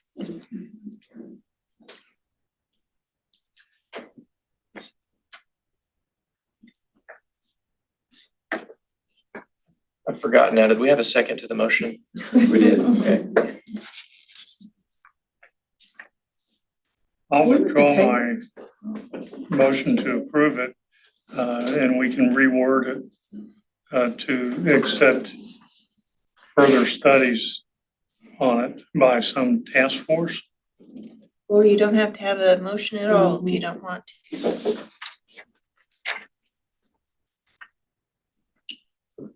What would you like to do, Judge Warren? Would you like to make the motion or what? Just encourage them to go, keep doing what you're doing. And then we'll try to figure out how we can get you some additional help, basically. And acknowledge it, but not. That sounds pretty good. That's not my expert legal opinion. So we need a motion to table this item, or how does that work at this point? You can withdraw it, or we can table it, yeah. Yeah. Either vote it down and then table it. So would you like to withdraw the motion? Withdraw it, Yes, I'm then gonna we'll withdraw my let motion. them do what they need to do. Okay, any further Sorry for creating all the No, details. I didn't mean it's to, fair, but it's fair. we're still working on this. Very important. And thank you guys again for your work. It's incredible. Yes. All right, thank you for your presentation. Any further discussion on item 9? Okay, moving on to action item number 10, presentation of the Post Adjudication Review Board. And I will turn it over to Keith Hurdle. It's good to see you again. It's nice to have already had a chat this morning with Judge Warren about Harb in Southwest Oklahoma and Commissioner Harrington about getting King County. So I've got some more recommendations and I guess maybe some more task force work for you guys, some subcommittee work for you guys to look at. As far as, statutorily, our State Post Adjudication Review Board also submits recommendations for you to consider, just like what you went through just now with Child Death Review Board. The first one on the list that we end up kind of putting forward every couple of years is changing the name from Post Adjudication Review Boards to Oklahoma Foster Care Review Boards. Based on the current name, can you tell when we review cases? Post adjudication. It's very descriptive, but when you look for similar programs in other states, you always Google foster care review boards. That's how they're kind of listed. And so that's a name change that the board really felt strongly that they wanted to move forward. Oh, and I should tell you too, the way these recommendations were identified is obviously we look at what we recommended last year to see if there's any changes, which we did.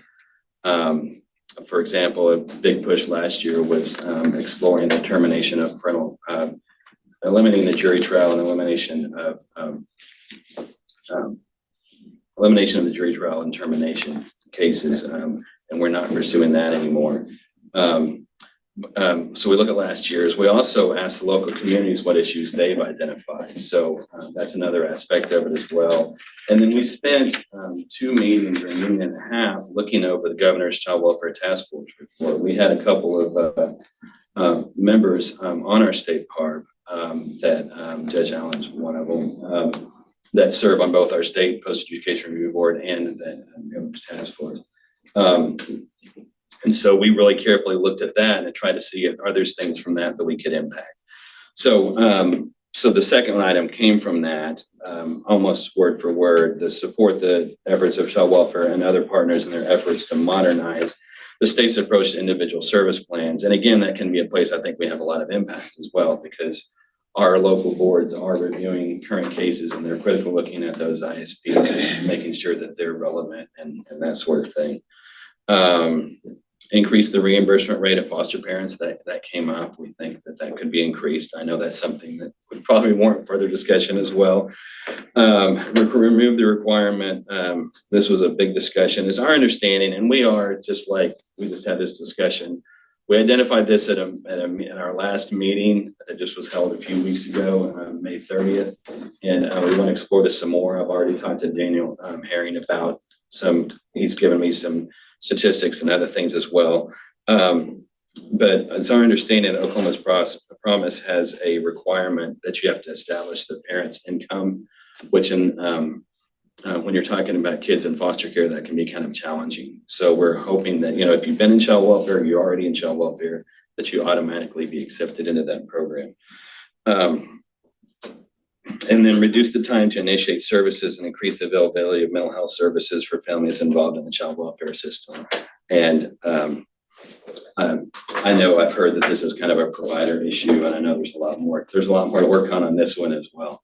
But those are our 5 recommendations.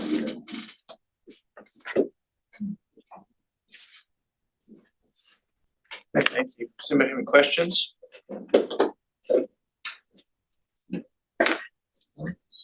Just a couple of comments. First of all, there is a rate schedule. It's not a flat $20 a day, right? So it depends on the age of the kids, whatever. So if you were gonna take this to a legislative something or whatever, you'd wanna have because it's like for infants, for teenagers, it's different, that kind of thing on the reimbursement rate. The other thing I would just mention is I've talked to Chancellor Garrett a little bit about Oklahoma Promise and kids in foster care. There seems to be an openness from her to talk about ways to to recommend that Oklahoma Promise be adjusted to make it easier for kids in custody. So I think there would already be, I didn't talk about this specific recommendation, but I would just say she's got it on her radar, that there's kids that miss out that really are eligible, they should be in this. So just FYI.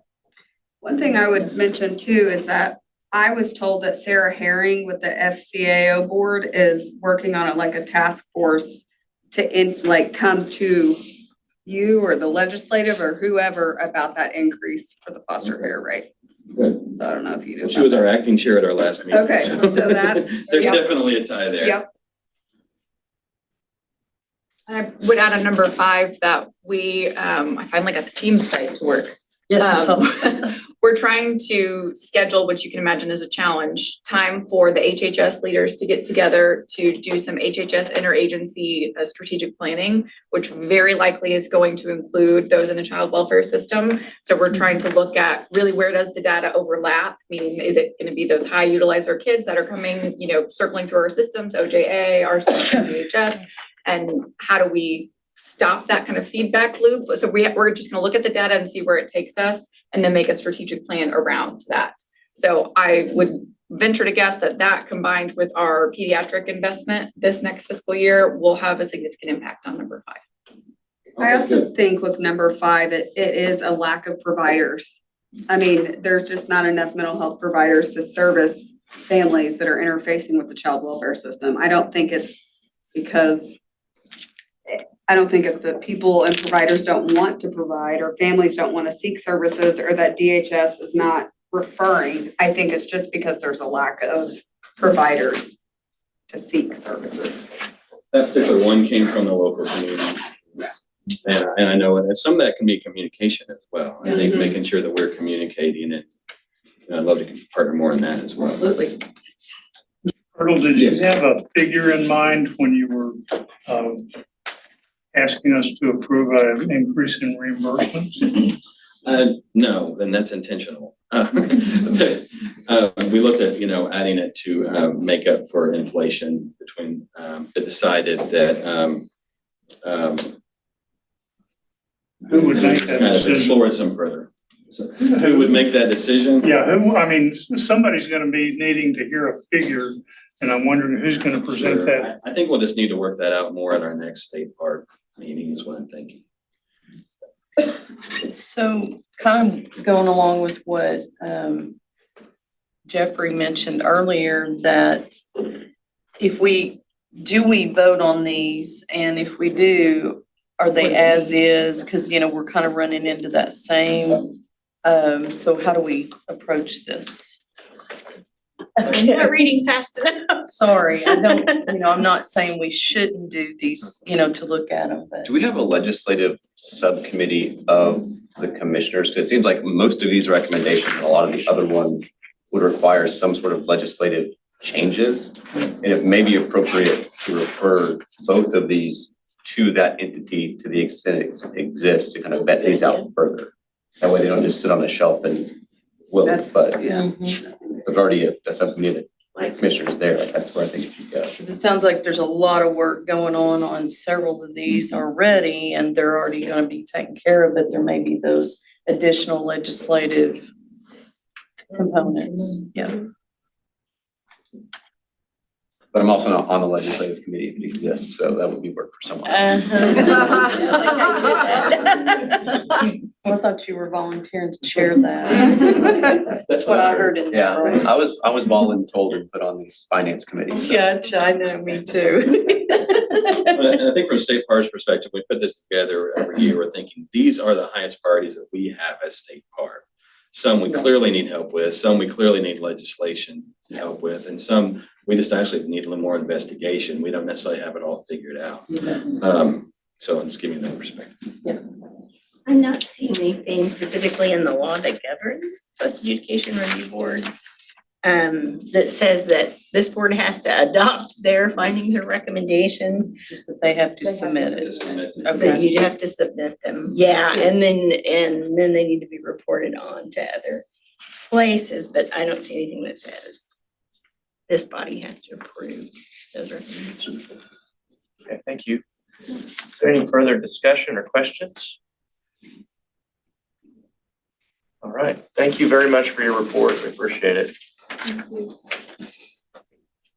Just feel like there's tremendous synergy and energy by different boards around a few similar recommendations that we need to push across the finish line, right? We've heard ISP, I've heard the ISP improvement across like 4 different boards. You've heard foster parent rates, like these things. It's a small number of things. They continue to come up with different people in the room. They continue to come up as these are the areas for improvement. So I think we have a tremendous opportunity to collaborate and actually be clear on executing some. I think that as the legislative committee meets and begins their legislative agenda, that we would take into consideration the last report and this one as we prepare that legislative agenda. Which kind of goes along with what, when we had our retreat with the AHA, well, let's see, what was that retreat? You know which one I'm talking about. And Next meeting. HHS agencies have so much overlap and so many concerns that, we can all get on board and support them, but more work has to be done on them, so. Okay, any other discussion or comments? Okay, moving on to agenda item number 11, recognition of the OCCY as the certified family-friendly workplace. And I will turn it over to AJ Griffin. Up here, so I think I'm next on the agenda as well. So, and Annette, would you want to come up? And I'm going to present this to you. I'm Dr. AJ Griffin. I'm the CEO of the Potts Family Foundation, and I will talk about Potts here in just a minute. But one of our programs that we do across the state of Oklahoma is recognized family positive workplaces. We're now at over 200 over the last 6 to 8 years that have been recognized as family positive workplaces. And that reached out, and Director Jacoby wanted OCCY to be part of that network of employers that are supporting their employees as caregivers. We don't say parents because we also recognize that the other end of life requires significant caregiving responsibilities as well as families that are caring for individuals with disabilities at any age. So through some hard work and a couple of changes, they were doing really well, but there were a couple of recommendations we made around supporting breastfeeding mothers, those types of things. They have been awarded the Achievement of Excellence as a family positive workplace. So Thank you.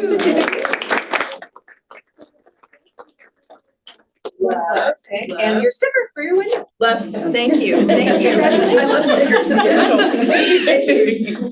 And we're really excited to have that program re-energized as we kind of get past COVID and we're back out in the community, which is part of the next item on the agenda. Mr. Chairman, am I free to proceed? Let's move forward real quick on that. I just want to thank you for working with us and awarding us that. And I want to thank Director Jacoby and her staff for working very hard to make that happen. So good job. Yeah.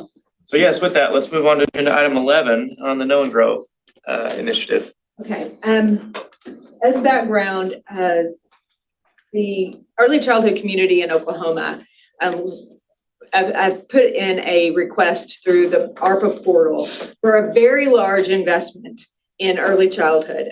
I think their original request was something like $117 million. Something that did not happen.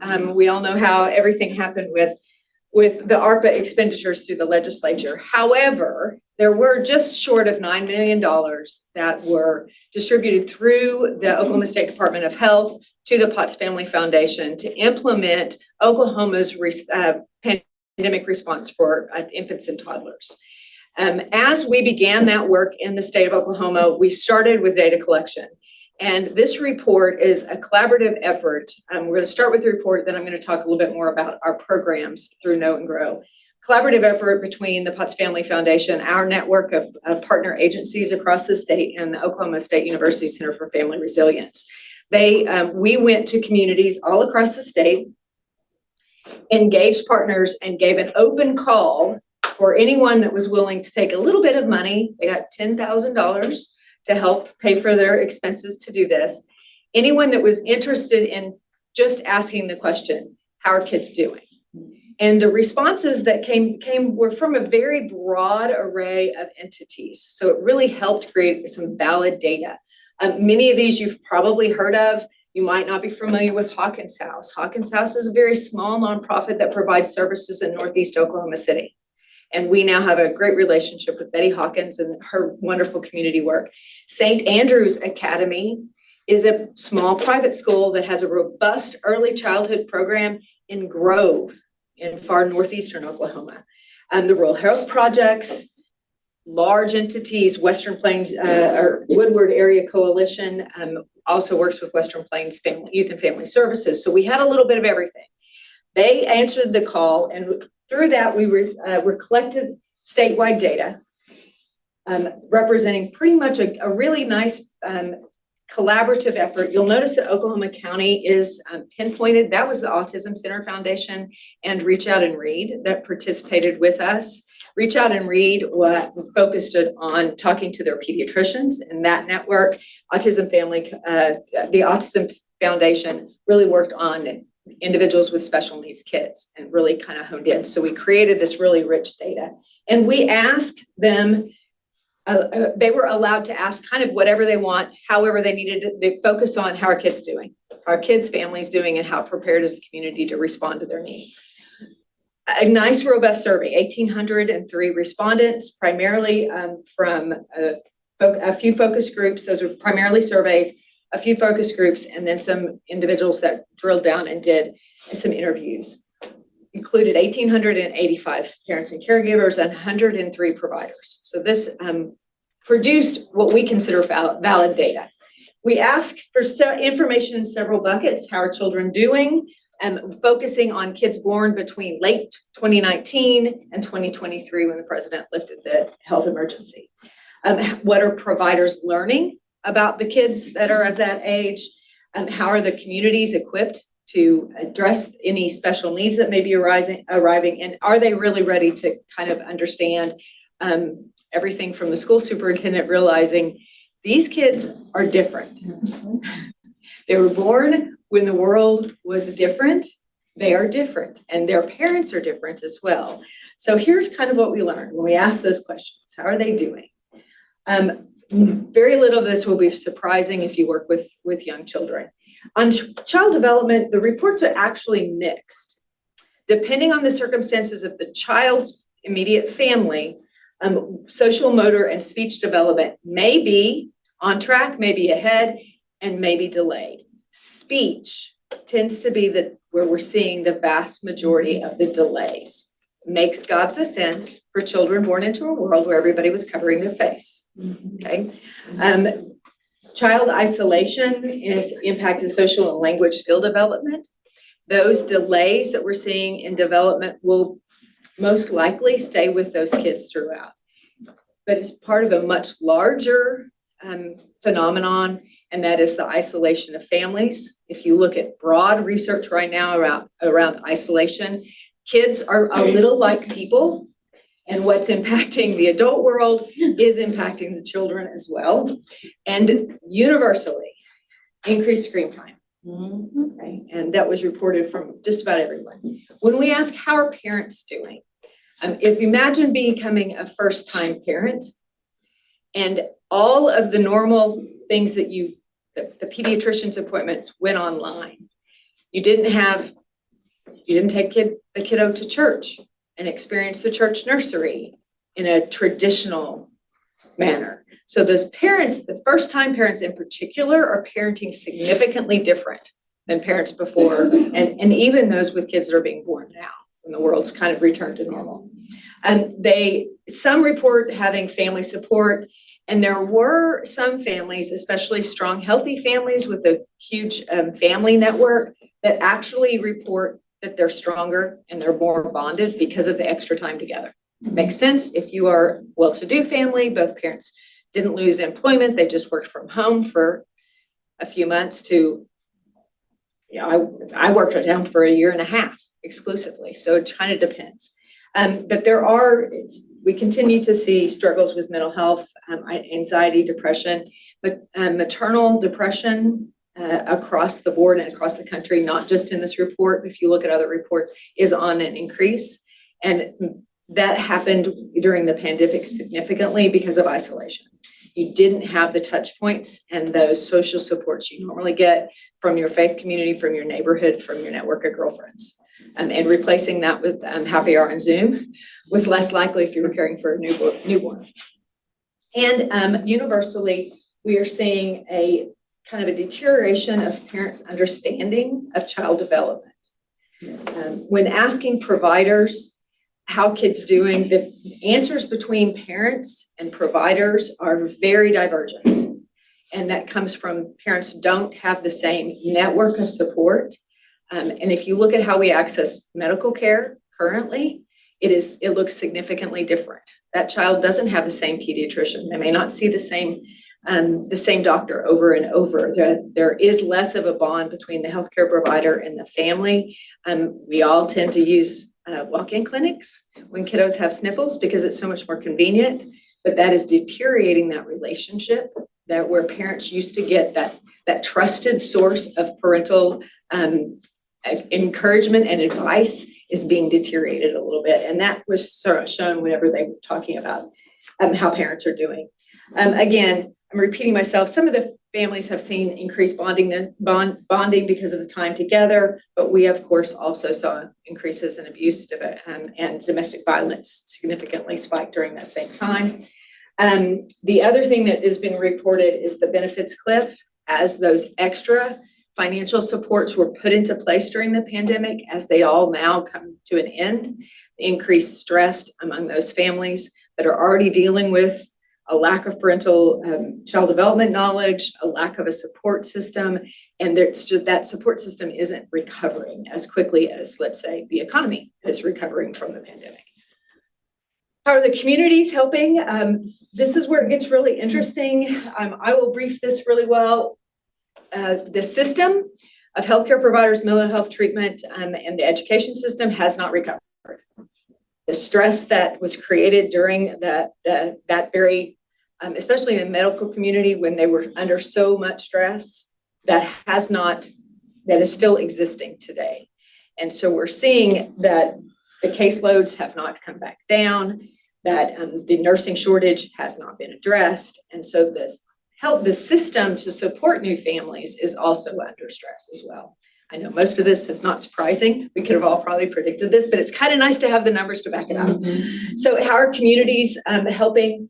This is probably the one that I find the most important, especially for the people in this room. Providers are unaware of the community resources available for families. Providers are unaware of what other providers can do, will do. And so we continue to see the silo of services, and we know we have some things being put into place to hopefully address that, but I don't know, I've been in this field for 30 years and we were talking about that 30 years ago. So we haven't gotten there yet. There is an increased need for child development supports, developmental screenings, trainings for providers when they see delays in kids, making sure that if a nurse practitioner that sees a child at a walk-in clinic notices that first of all knows the child isn't on track, notices it, and then acts on it, doesn't just treat the sniffly nose, is very, very important and becoming increasing important as we access healthcare differently. We can't just think that pediatricians are going to solve some of these problems. Pediatricians may not see that kid. They may see a PA. So we've really got to broaden how we look at who needs to understand child development. It isn't just the formal screening at the once a year well child check. That's not going to be enough. Through awareness in child development, we've heard that around Safe Sleep today with those awareness campaigns, and how we get to young parents needs to change as well. If you ask them where they get their information, where is it? Social media. Okay, so where should we be putting parental messages, safe sleep messages? Social media. We can put it on television. They're not watching television. They're 23. They don't watch TV. They don't watch commercials. So we've got to change the way that we approach getting information. And then, of course, that social benefits cliff. We know that those extra benefits stabilize families, in particular the child care subsidy changes that were made. We know that they stabilize these families. When they drop off, we will destabilize those families again. So that is a great talking point when looking for additional funding around some of those support services. So what are the next steps?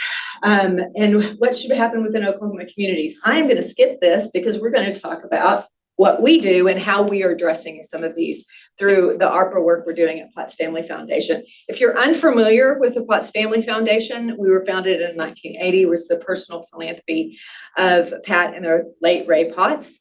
They have put their fortune towards doing two things, and that is stabilizing the nonprofit community across the state of Oklahoma through the founding of the Oklahoma Center for Nonprofits. It's still part of our mission, is to support sustainable nonprofits everywhere in the state of Oklahoma. And it's my personal mission to do that as well.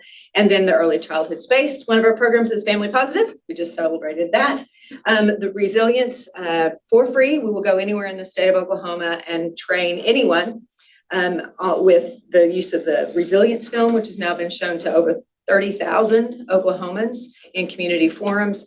And we have 135 trained near science trainers in a network that is statewide. So if Wilburton wants a near science training, someone from their local community will conduct that training. We think that's the most effective way to introduce near science to local communities in rural Oklahoma. Near sciences, neurobiology, epigenetics, ACEs, and resiliency. And so we can do those trainings in a 1-hour format, which is great for law enforcement officers and school resource officers, all the way up to a 2-day format, which is a train the trainer type of situation. We also have added very recently, we incubate the Oklahoma Association of Mental Health. And so their executive director is actually our employee. We pay for her to run that association, getting more mental health providers certified in infant mental health. We have trainers for 0 to 3, The Growing Brain. And by the way, that's all free, NEAR is free. We don't charge anyone for any of these trainings. And then we also do facilitated attuned interactions training, specially designed for early childhood professionals. And then there's more, but wait, there's more. As part of the ARPA work, we just launched and have awarded 8 RFPs for family resource centers in 8 rural areas of the state of Oklahoma. Currently, Oklahoma has 3 certified family resource centers. There's 1 in Norman, 1 in Oklahoma City, and 1 in Tulsa. There will now be 1 that is in Woodward, serving all of these 7 counties. And yes, we go to Diamond, by the way. So with Woodward, Enid, Ponca City, which covers Osage, Noble, and Kay County, Stillwater. This is Grove. So that family, the St. Andrews Academy, then took their results to the Delaware County Community Collaborative, who has now been awarded nearly $500,000 to serve children in Delaware County. $500,000 in Delaware County is a lot of money to be spent by the end of 2026. We're down in southeastern Oklahoma, we're in Shawnee, and we're in Duncan as well. 23 rural counties will be covered in these service areas. It's about 30,000 kids under 5. We also are responding with the Early Relational Health Core. If you're familiar with POTS, we have the Self Healing Communities Network, which meets once a month, and it's providers from across the state that talk about how they're implementing resilience in their community. We're adding to that the Early Relational Health Core, which are providers across the state that invest in understanding and supporting the development of healthy relationships for young children. And knowing that that is the key to everything that happens in that child's life, and that's how we're going to catch them up. Is early relational health. We stole away, sorry, Commissioner, we stole away one of DMH's outstanding employees, Audra Haney, is going to be running the Early Relational Health Core. If you're interested, next week we are having our first kickoff. This is open. This particular one will be on Zoom. But it is to allow them to find out where are the gaps, to have these conversations. And the providers are everything from early childhood providers that are working in childcare centers across the state to the early childhood coordinators for school districts, to community collaboratives, mental health providers, just anyone who really wants to help families develop strong early relations. And I will share this later if you need it. I'm going to skip over this video just for the sake of time, but one of the other things we are doing is implementing mobility mentoring. That is a model of walking alongside individuals and coaching. We've all heard of HOPE. It takes HOPE, this is HOPE 2.0. Mobility mentoring really empowers individuals on how to walk someone through goal setting and accessing resources. Mobility mentoring is going to be really important because one of the key components of a family resource center is a navigator, is someone who understands their community's resource landscape and then helps that individual through coaching. And sometimes we know coaching sometimes means demonstrating, sometimes it means telling, sometimes it means doing it for them to a certain extent. So they'll be coaching families on how to access resources with a global and holistic approach. Currently, there is one program in Oklahoma that's using mobility mentoring. It's a program at the University of Oklahoma that I think Director Shropshire funds, that's working with individuals that are behind on their child support payments, on how to access the supports they need in order to become economically stable so they can catch up on those. So we're working collaboratively with the team at OU that is using this same model and going to take it to rural Oklahoma. And I don't want to really play that. And of course, one of the others is what we call the Family Network Collaborative, which is Parent Advisory Board 2.0. The Family Network Collaborative empowers local communities to take parent advisory boards and really step them up a notch and focusing on lived experience. This is important in the work we're doing because if you understand Enid, you realize they have a very significant Milanese population. That parent advisory board will look significantly different to meet the cultural needs of that community than say Guyman, and I'm familiar with Guyman. There are I think over 12 different languages spoken in the schools in Guyman Public Schools. So if you use a traditional parent advisory board approach, you're probably going to miss some of the nuances of the cultural aspects in a community like Guyman. So we're going to equip these local communities and we just train them and say, go forth with the Family Network Collaborative model, which is Parent Advisory Boards 2.0, kicking it up a notch, making it richer, taking the groundwork that's already been done and picking it up and bringing these evidence-based national models to Oklahoma. Super excited about that. So that was a lot. There's a lot going on. And we are partners we'll partner with anybody. We don't care what you do. I will go anywhere. I'm going to Wilburton next week to work with a bunch of high school kids because they're doing their community resource asset mapping. High school kids in a leadership program. So we'll walk through that. Next week, I go meet with Mayor Booker and Lawton, where the city of Lawton is working on tackling homelessness. And they need somebody that understands the social services landscape across the state and say, hey, did you know there's this pot of money? So the big part about these 8 family resource centers, and there's 8 right now, we are hopeful that we can expand that network, but they are built to be sustainable so that when ARPA funds are gone, they continue. And that is kind of the nice thing about having a dual mission as a nonprofit. We want them to be sustainable. We know how to coach them and make that nonprofit as strong as possible. I can teach them how to access some of those state funds they may not know about, how to write for a federal grant. So we are really working to make sure that whenever the work of ARPA is finished all across the state, that they continue this work. And then the network of family resources in Oklahoma is not 3, it will be 11 strong forever. So any questions? Talked really fast because I don't want to take up too much of your time. So a big, huge thank you to all of the state agency directors because what the health department keeps the money and it's flowing through them, but everything we do requires a piece from each pot of skill and money and talent. And I promise not to steal too many of your employees, just a few. I'm gonna hold you to that. I know. Ask a question. Sure.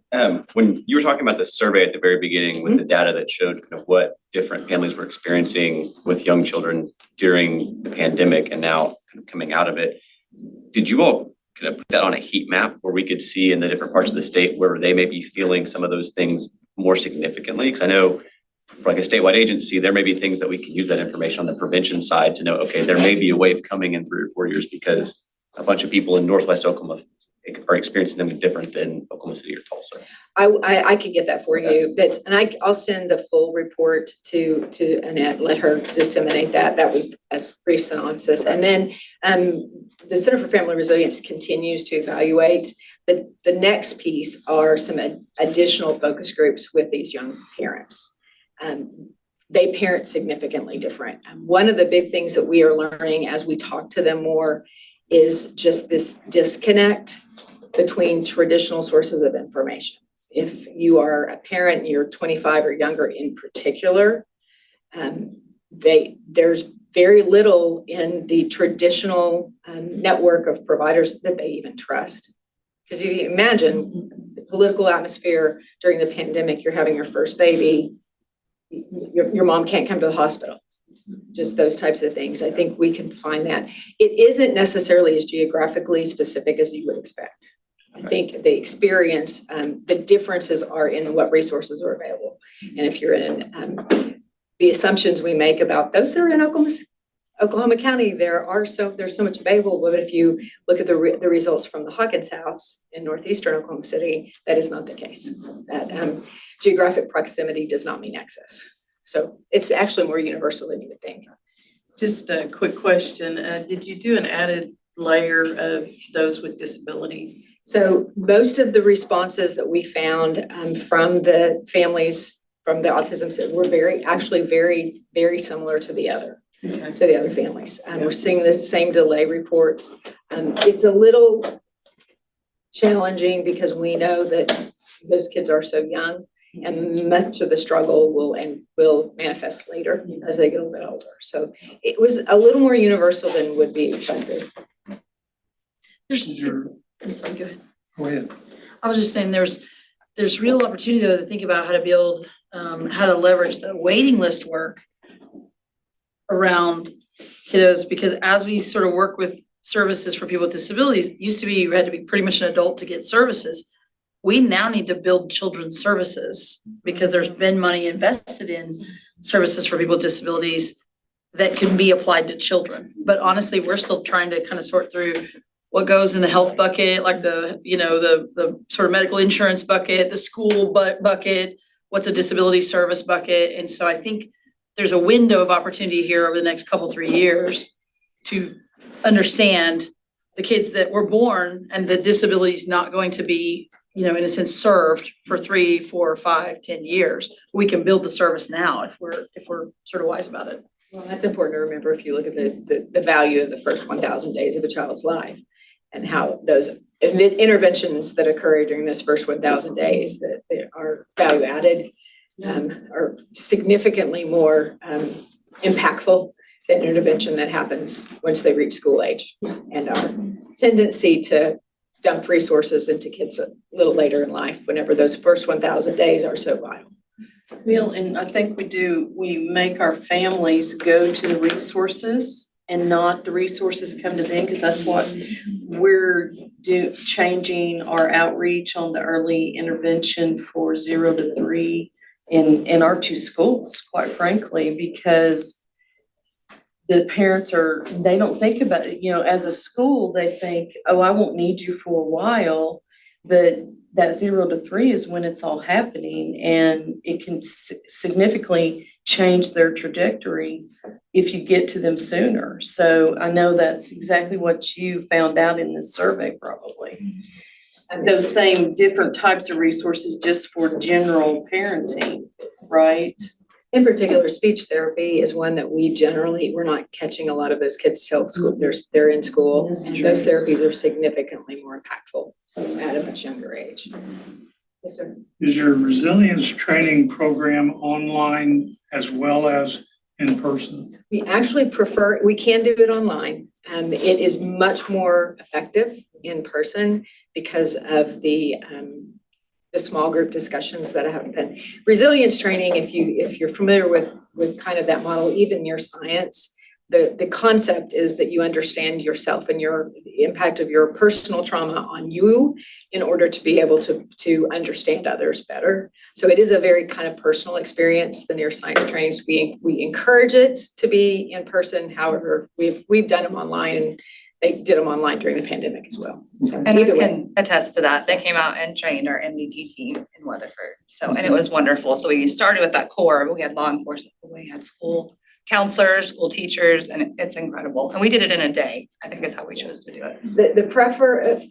For most providers, the preferable format is a day long. It starts with the film and then you do the other work. We can squeeze it into an hour. We don't care. We just want as many people to have the information as possible. Anybody that has even heard the message that, by the way, when these things happen to you as a young child, it impacts your brain. And then it impacts you, and then it impacts the generations that come after you. I think that's the key. We'll do it anywhere, anytime, in any format for anybody. And we never charge. I'm very proud of. Yes, sir. I would just, Go ahead. I would just add that we, of course, from a formal agency perspective, we'll support you however we can, but also had my first child and only child in October of 2020. So it was very interesting, to say the least. We're very blessed. and I think fall into a lot of the positive categories, but I also have a child development and mental health background, so now I kind of say my poor child, like all she's hearing is about these social things, and I was just in her face constantly.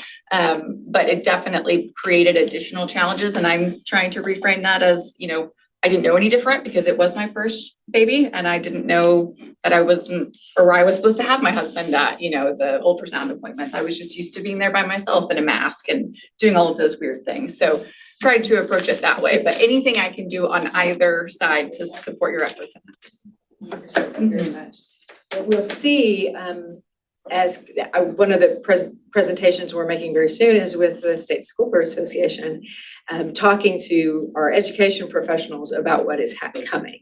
And one of the things that we've got to make sure they understand is that these are parents that became parents during a very destabilized time. And so the trust that we have historically enjoyed between the education community and parents is really, must be rebuilt, and that they've got to be part of that conversation as well. So at POTS, we think globally continually. We try really hard not to get siloed into a particular area. We're not healthcare providers. We don't have to advocate for that. We advocate for that because it's good for kids.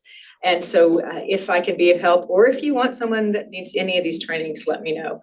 On our website, there's a complete training menu, and we'll go to you and help you and your teams understand trauma, understand the importance of early relational health, and how all these pieces go together to support young kids in Oklahoma. So, thanks. Thanks for letting me be here. Thank you. Thank you. AJ, you've always been such a strong and dedicated support for families and children and youth, and we appreciate the work that you continue to do in this space, especially at the POTS Foundation.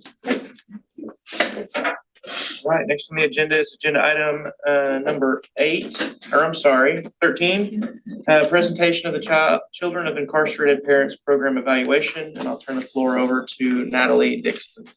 She's virtual. Hi, everyone. I am here on Zoom to present. I am the newest member of the OUE team. We can all be very jealous that Lisa White, who I think was on the agenda, is in Hawaii. So I am here to present on her behalf the evaluation results for this. And let me just share my screen and do the typical. Can you see my screen and can you hear me okay? Yes. Perfect. All right, perfect. And then can you see the subtitles too? Yes. Perfect. I love using those for accessibility reasons. Okay, so to get into it, I'm Natalie Dixon, newest member of the E-Team. I'm a senior research coordinator with them, and we serve as the evaluators with OCCY programs, and it has been so fantastic for me to get to know everybody. This is my first commissioners meeting, so I'm a little nervous, but I'm going to jump into the presentation. And so what we looked at with the Children of Incarcerated Parents group was looking at partnership effectiveness, and we chose the partnership effectiveness continuum in order to be able to see how we were doing with this. And so the PEC was developed by Cheryl King and published by the Educational Development Center. It is a research-based tool that is used in developing, assessing, and improving partnerships. I'm so sorry for my voice. I didn't realize I'm still recovering from COVID, so bear with me. But it is specifically designed to measure the effectiveness of a partnership and shows where the partnership is most effective and where improvements can be made.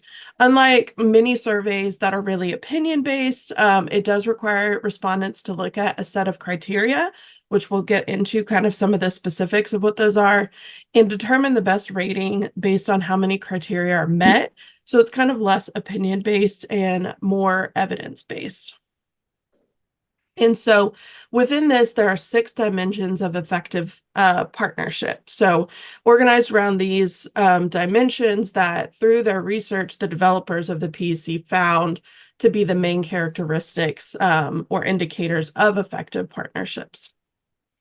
And so we're going to use some jargon here, but there are the dimensions, which are the 6 dimensions that we just looked at.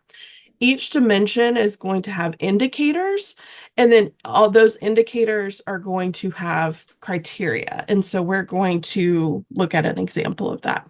So if we look at the communication and collaboration dimension, the indicator within this that we're looking at is the communication tools and protocols. Within that indicator, there's then these very specific criteria that we ask respondents of this of the PEC to rate. And so for this, looking at processes for documenting and disseminating partnership meeting minutes, follow-up, agreement on scheduling meeting dates, times, and locations. So those are some of the criteria. And so the respondent would be asked to rate whether all criteria are met, which would lead to it being rated highly effective, are most criteria met, are some criteria met, or few criteria met. So that's kind of the breakdown of, you go from the dimensions to the indicators within those dimensions to the specific criteria that make up those indicators, and ask people to rate them. Everybody good so far? I know we've been here for a minute, so I'm going to try to go through this fast but effectively. So we felt like we needed everyone on the same page. So scoring this evaluation tool as consistently as possible. So in year 1, before the SIP partnership members completed the survey independently, we had a discussion. I'm saying we, I wasn't part of the team yet, but the OUE team and the SIP members had a discussion where they went through each dimension, each indicator, each set of criteria within the indicator, and members provided evidence of how each criterion was met or not met, in order to make the members who would be the respondents feel confident about rating those survey items. In year 2, they had a refresher meeting where they went through the PEC components and reminded everyone how it was organized and scored. And so we now have the comparison results of that initial year 1 and then year 2 and how it changed over time. And so in terms of the SIP Advisory Committee attendance, between year 1 and 2, things were very similar in terms of the respondents' attendance at meetings. So average of 6 times in year 1, average of 7 times in year 2. Most meetings attended was 12, least number was 2. And so we did this just to get an idea of how many times respondents kind of were attending these advisory committee meetings. And so we also wanted to find out what community sectors respondents represented. And so kind of overwhelmingly, we saw a lot of youth serving organizations, state and local government, and parents represented in both year 1 and year 2. And so we learned in year 1 that SIP is indeed effective. They were really well rated for this being kind of the initial go. And there was really positive room for improvement. And so the percentage represents the percent of responses that received effective or highly effective ratings. And the graph here is just a range from highest to lowest. And really, I want to point to the reflection of what SIP partnership members rated as most effective was like communication and collaboration, and that institutional leadership in response to local context, that those are really great numbers for this being the initial thing in year 1. And so we'll be moving into comparison of year 1 and year 2 shortly. But first, let's talk about what has happened since the baseline or that year 1. So SIP partners use the data from that baseline to work on strengthening the partnership. They came together to develop a strategic plan and provided input on areas of focus and action steps to carry out the strategic plan. And one of the big things in that was development of the Children of Incarcerated Parents Toolkit. And so see, the SIP strategic plan identified several actionable initiatives that included collaborating and coordinating efforts across systems and communities, partnering with individuals who had lived experience, and supporting research to inform practices. Several strategic planning initiatives focused on the SIP caregiver, including increasing awareness of educational and support programs that were available to them, improving respite and financial resources, expanding capacity of professionals to enhance equitable and positive engagement with SIP providers. And so this kind of culminated in the SIP educational toolkit, which is really great. If you haven't had a chance to check it out, it's on their website and it's gorgeous. And so now that we kind of have those things that were done as a result of year one and recommendations, we will look at what has happened since that year one partnership effectiveness baseline. And so before we get into each of those 6 dimensions, along with their indicators, we can look at an overview comparison of the dimension ratings for year 1 and 2. I know it might be kind of small here, so I'll walk us through it. So overall, year 2, which is represented by the blue lines, you see across the board, we had higher effectiveness ratings for each dimension. The largest gains were with the joint ownership and accountability for results dimension, which had a 25% increase. And that involves using data, sharing progress, and identifying partner roles and responsibilities. The smallest gains were in communication and collaboration, but if you remember, it was already rated really high. And so to go from 91% to 98%, small increase, but just shows how good of a job that they're doing on this measure. So if we look at each dimension, each of those 6 dimensions with its corresponding indicators, you can see some of the specific gains that contributed to each dimension overall.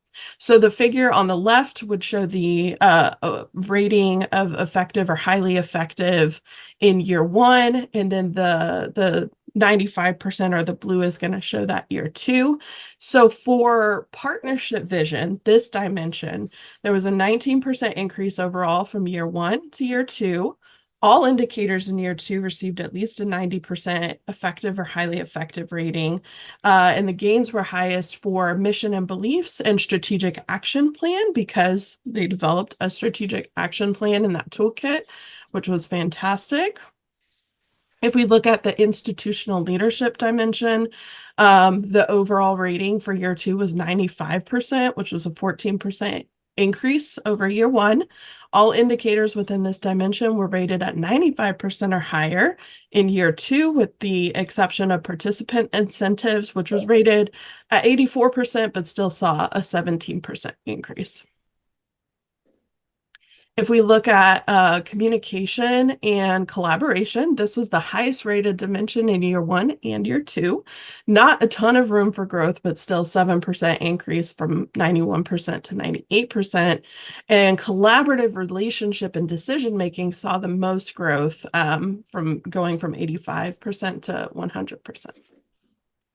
The joint ownership and accountability for results dimension was the lowest rated dimension in year 1, with a 66% overall effective or highly effective rating. In year 2, it was still the lowest rated, but made a huge jump to 91% from 66%, giving it a 25% increase from year 1 to 2. And the largest gains were seen in the benchmarks and outcomes indicator, which increased by 32%. Another sizable gain was using data, which saw a 30% increase. And so this suggests that the partnership has made progress in using data to make program decisions and progress toward their goals. In the system alignment, integration, and sustainability dimension, there was a 16% increase, 72 to 88%. Largest gains were in sustainability, which is not surprising when thinking about the progress that was made with that strategic plan. Sustainability includes criteria about building capacity and establishing funding strategies to ensure that the partnership can continue, which they did a lot of work toward. The strategic plan and using data undoubtedly impacted sustainability and capacity building for the SIP when respondents were thinking about this in year 2. And so finally, the last dimension, which is response to local context, was rated 81% in year 1, 96% in year 2, 15% increase. The largest gains were in policy environment with a 30% increase. This indicator includes strategic planning that aims to broaden the impact of their work in planning for influencing the policy environment. So they really did good with making progress toward that. In terms of gain, we can see that with all of those efforts, with that strategic planning between year 1 and year 2, that really, positively impacted the ratings for this partnership effectiveness continuum. And so when asked kind of to share some of the best aspects of the SIP partnership, we have a direct quote about, just being in the same room with like-minded people that are all working toward the same goal. Partners really value the level of collaboration and open information sharing, the access provided by OCCY to resources and networking, and having that shared vision and goal and just dedication toward improving Oklahoma child and family well-being. And more of these kind of direct recommendations and all of that are in the full report. And so in terms of recommendations, there was so much growth from year 1 to year 2, and that can continue to be a foundation for continuous quality improvement. Of course, doing what the SIP partnership does best was effectively communicating and collaborating. That's always recommended. That's going to build trust, and one of the biggest strengths that we found in this. In the future, developing additional benchmarks and outcomes to measure progress is recommended. The E-team will be working with OCCY leadership and the SIP advisory committee on finding ways to expand this evaluation and build on it. And so there were some practical recommendations here, like alternating meeting locations between Tulsa and OKC to accommodate members, and kind of creating a master contact list of partners. And one partner suggested they would like to see more collaborative events with caregivers in the SIP partnership, which reflects nicely in the strategic plan that includes caregiver participation and voice as planned initiatives. So references are for the partnership effectiveness continuum, and then a little bit of information about the OUE team. I think I'm right at 15 minutes, which is fantastic. So let me know if y'all have any questions or want to go back to look at any of the information on a past slide. Thank you so much. Does anybody have any questions or comments? Thank you for your presentation, Natalie. We really appreciate your time and hope you recover fully from COVID. Thank you so much. It was great to be here. I appreciate you having me. Okay, next on the agenda is agenda item number 14, the discussion around the legislative report. I will turn it over to Marcia Johnson. Thank you, Chairman Schneider. Mahboob, in his excellent budget overview, already discussed our additional appropriation amount, but I wanted to remind you that the appropriation request that you approved included a couple of additional items. As Mahboob mentioned, we've got the juvenile competency position, FTE added, and the database maintenance. In our request, we had also asked for $55,100 for program evaluations, assessments, and annual reports, contracting with OU. The other item was $53,750 to pay for the actual juvenile competency evaluations. And I bring those things up because our immediate challenge, this interim and next session, is to educate the members on the need for not only the juvenile competency evaluations to be actually paid for, or an appropriation dedicated to that, but moreover for the remediation services. And so we're talking about how we're going to approach that. And so the other item was the substantive legislation that you all voted to include on your agenda. There were 4 items. We got 3 across the finish line. One is the exempting PARB from Open Meeting Act. The other bill has to do with homeless youth, 14 to 21, being able to obtain a non-real ID compliant state ID at no cost to them. The third bill was our administrative cleanup bill held over from last session. We got it across. It's mostly cleanup language, but it also modified the PARB members' terms, the local members' terms from 3 to 5 years. And then one big disappointment was we had House Bill 3335. Representative Rowe introduced that for us as a shell bill. And that was to include recommendations from the Stewards Task Force on healthy medical marijuana. I'm sorry, I'm just awful with these. There's too many of them to keep track of. But the group that Annette kind of spearheaded, looking at the increasing number of children that are ingesting edible medical marijuana products. And that legislation was intended to strengthen the packaging requirements to make them less attractive to children. And also one of the other items that we were going to include was to try to restrict the actual amount of THC that could be in any one item or product. That never progressed beyond a shell bill. And I worked with Representative Marty to try to get some of that language that he thought maybe would be more palatable to the industry into an existing bill, but he faced uphill. It was awful. So we just abandoned that for this year. So hopefully next year, something we can look at again. Questions? Thank you so much for your efforts, the whole legislative session. You did a great job of representing us up there and fighting for our bills and our cause. So we appreciate it. Okay, next on the agenda is agenda item number 15, presentation of director's report. Thank you for your patience, and I'll be pretty quick.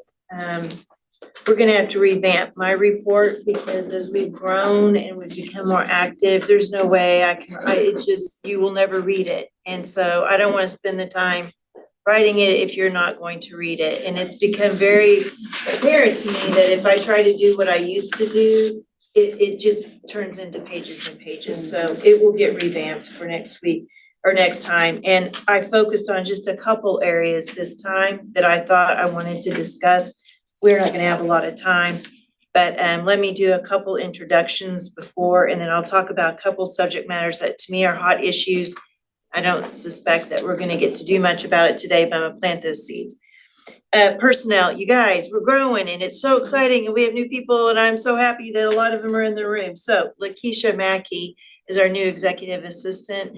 You guys, she's hit the ground running. I forget that this is her first meeting, so I just assumed she knew all these things. Anyway, it's wonderful to have you, Lakeisha. Look forward to getting emails from her. She will be taking care of you. She's already taking great care of us. Ellie Coase has joined as a case manager for Child Death Review Board. She's a recent law school grad from OCCY, passed the bar. We're so happy to have her. Thank you, thank you. We moved Christina Watley. We transferred her from PARB because she has tons of experience in record keeping and management, and we desperately needed someone to work in that area, so we transferred her over to Child Death Review Board, so that's great. Shout out to Child Death Review Board. They've got money coming in from Michigan Public Health Institute. They're gonna have for the next 5 years, two paid interns to help them on sudden unexplained infant death syndrome issues, particularly with an emphasis on rural Oklahoma. So we're super stoked about that. Thank you for that work. Shelby Tartarian, she has joined us within the past month. few weeks. She's just barely been here. So we're super happy to have her. She has a lot of great experience, but she's gonna be working in PARB and she'll be running the 7 Post Adjudication Review Boards for Oklahoma County. Peyton Marr, where's Peyton? Mr. Peyton Marr over here hiding behind the corner. I think he's been on the job for maybe is your 10th day? Week and a half. Okay, 7th or 8th. He is our new training coordinator from, for the freestanding multidisciplinary teams.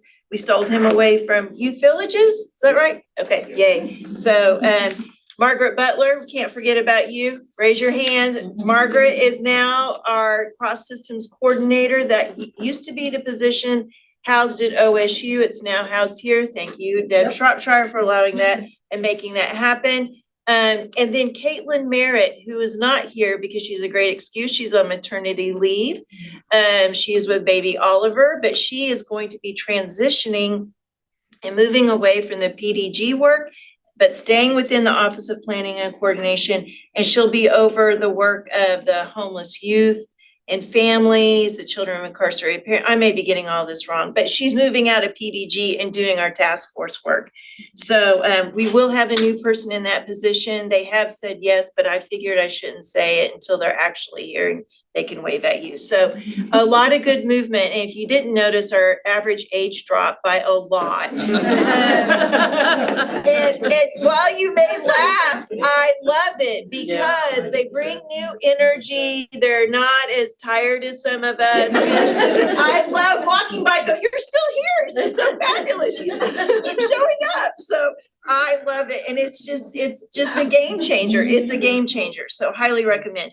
3 things. We've been focusing on trying to get some things done because we have all these wonderful new employees and more to come to really make the environment a positive place. And so we have created a buddy system. We put the little handout by you. There's a lot of research. I know it sounds kind of cute title, but having someone who's not your technical supervisor, who does not do anything like you do at work, just be your friend. And so we've put that into place. We also have a new employee handbook, which I know a lot of you have. We haven't had anything like that. We've had it for a little bit, but it is sent to the employee before they show up. So they know like where to park, how to get into all these things that you're nervous and not everyone tells you about. And before you leave, please check out our Zen room.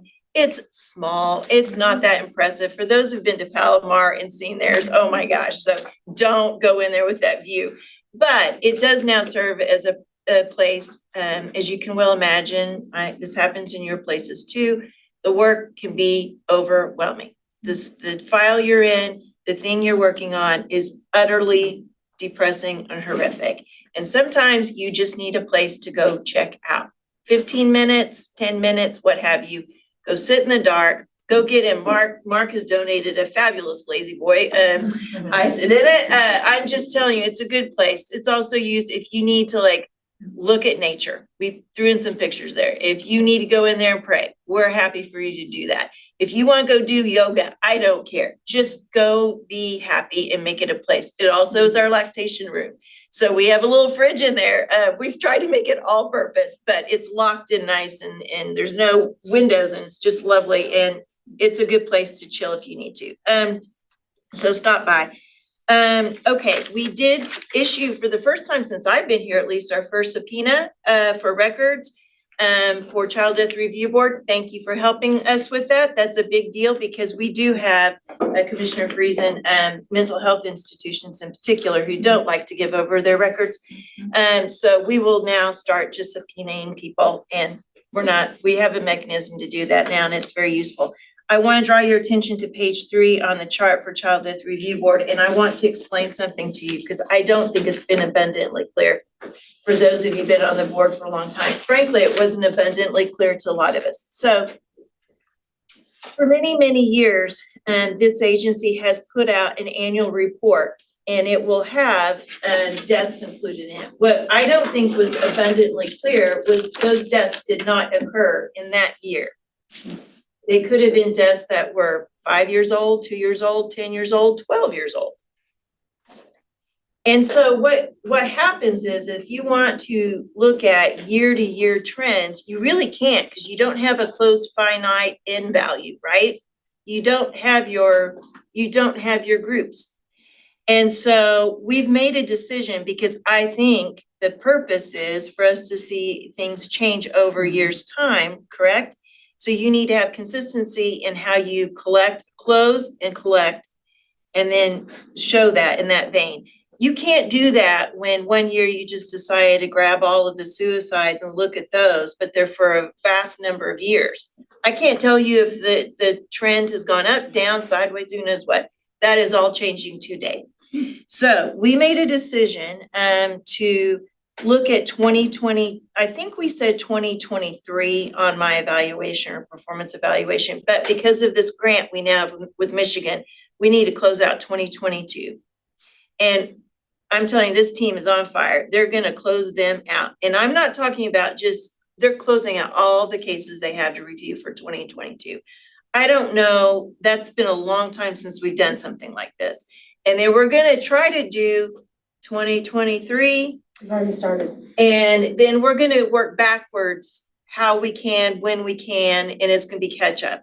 But I want you to see these numbers. The statute allows us to look at any death. We don't have the capacity to look at all deaths, right? So I've given you, or not, we've provided for you on the left, the number of children that died in the state of Oklahoma for any reason at all.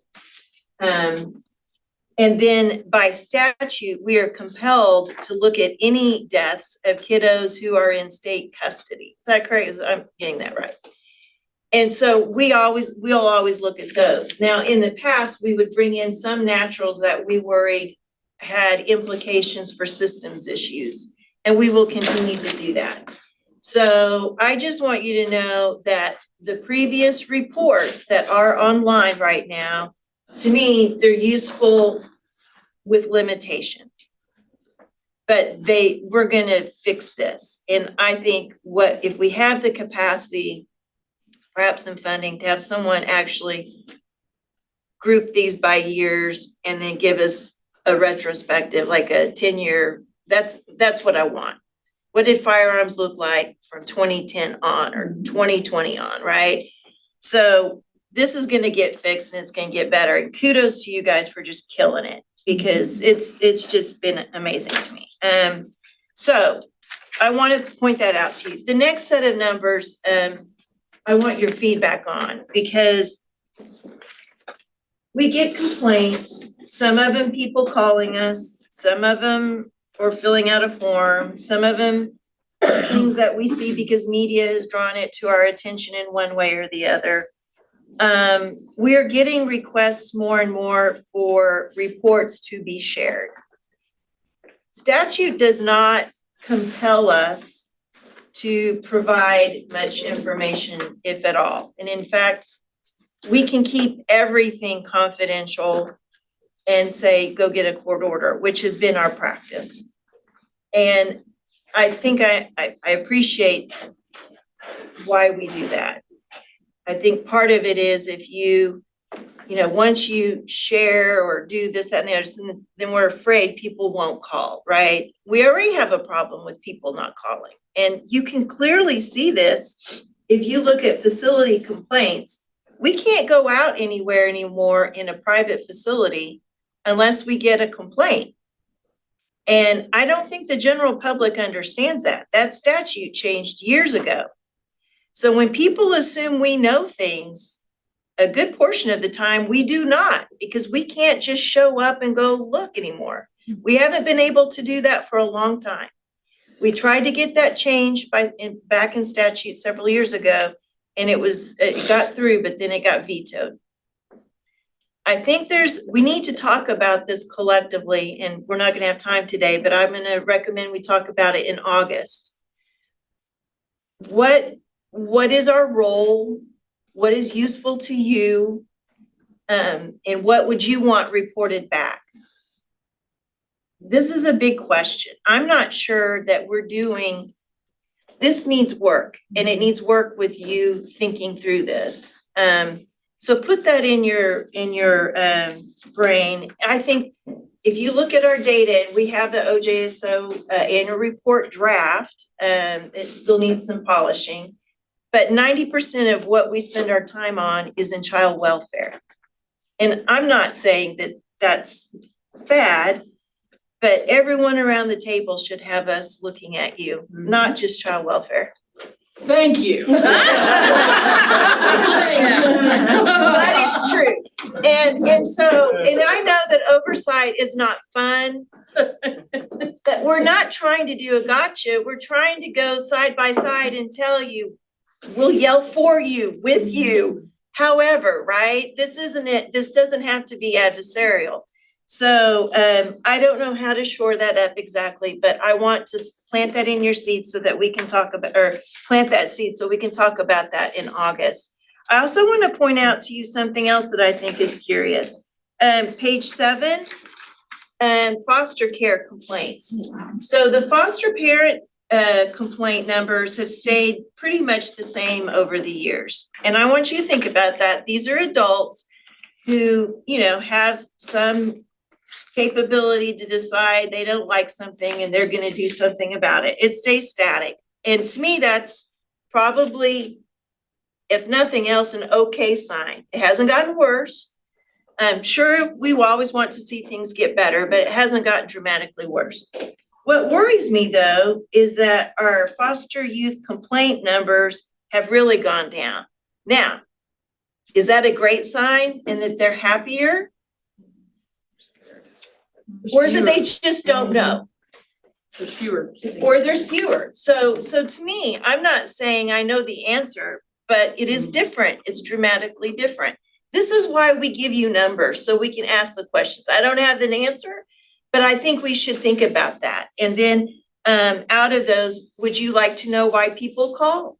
Yeah. I would, right? Like I think we need to be telling you more. So we've given you these really basic numbers, but to me, they're just like an amuse-bouche. You're just getting your whistle wet, and we're not giving you the entree.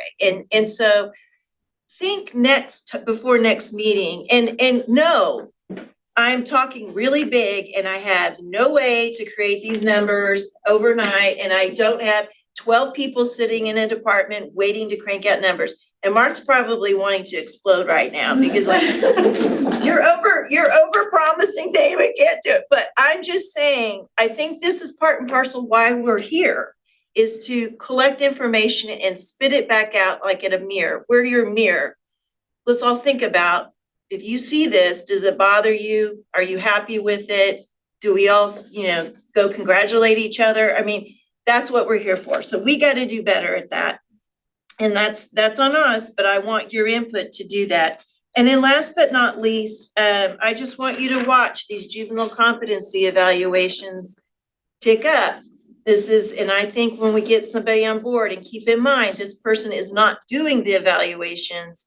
They're simply going to hopefully recruit evaluators and coordinate these court orders and all this work that poor Mark has been trying to do, plus his other 5 jobs. So this is a huge relief, but it doesn't fix the biggest problem is we don't have evaluators. And I mean, we have 1 point something evaluators. We should recognize the couple of people that are really doing this like gangbusters. And we still don't have a remediation program.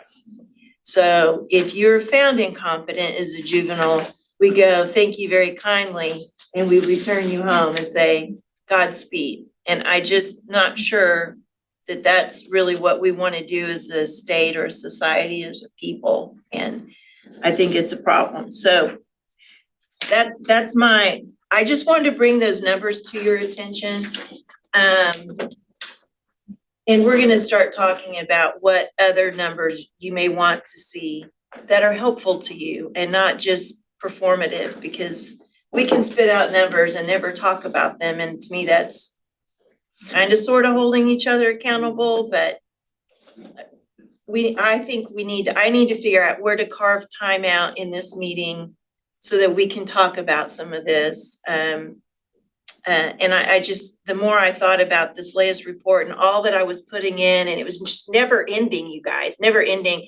Because all the program managers give me a report every month, and we haven't met since January. And it was just getting ridiculous. It was getting ridiculous. And so I had to pull a trigger, and I thought, to me, these are huge. These numbers are huge. They tell us a little bit. What else would you want to know? So that's my report. I do really want to thank again, everyone around the table who contributes to us financially, because I don't think you realize how important that is, because we would not be able to do what we've been doing without you. It's unbelievably helpful. And with that, I think that's it. Very thorough, thank you. I don't think it was thorough enough, but anyway, it's a start. It's a start. It's a lot going on. Does anybody have any questions or comments? Okay, thank you. Okay, agenda item number 16, any announcements at this time? I'll just flag, keep your eyeballs peeled for a press release coming soon on expansion of school-based social services workers. We're gonna about between triple and quadruple that over this coming next few months. And so anyway, pretty exciting. That should be out maybe this week, within the next week or two. Okay. Exciting. So it'll be up to about total between our positions, and then these will be school positions, close to 200. And the Juvenile Justice Uniform Orders Committee has updated the orders, and they should be very detailed and better than they were. Good. Awesome. Anybody else? All right, well, thank you everybody for your patience. I know it was a long meeting, but it was a good meeting, good content. And thank you for putting all that together. You're welcome. Of course. All right, we'll go ahead and call us adjourned. That's 12:26. Thank you for your patience.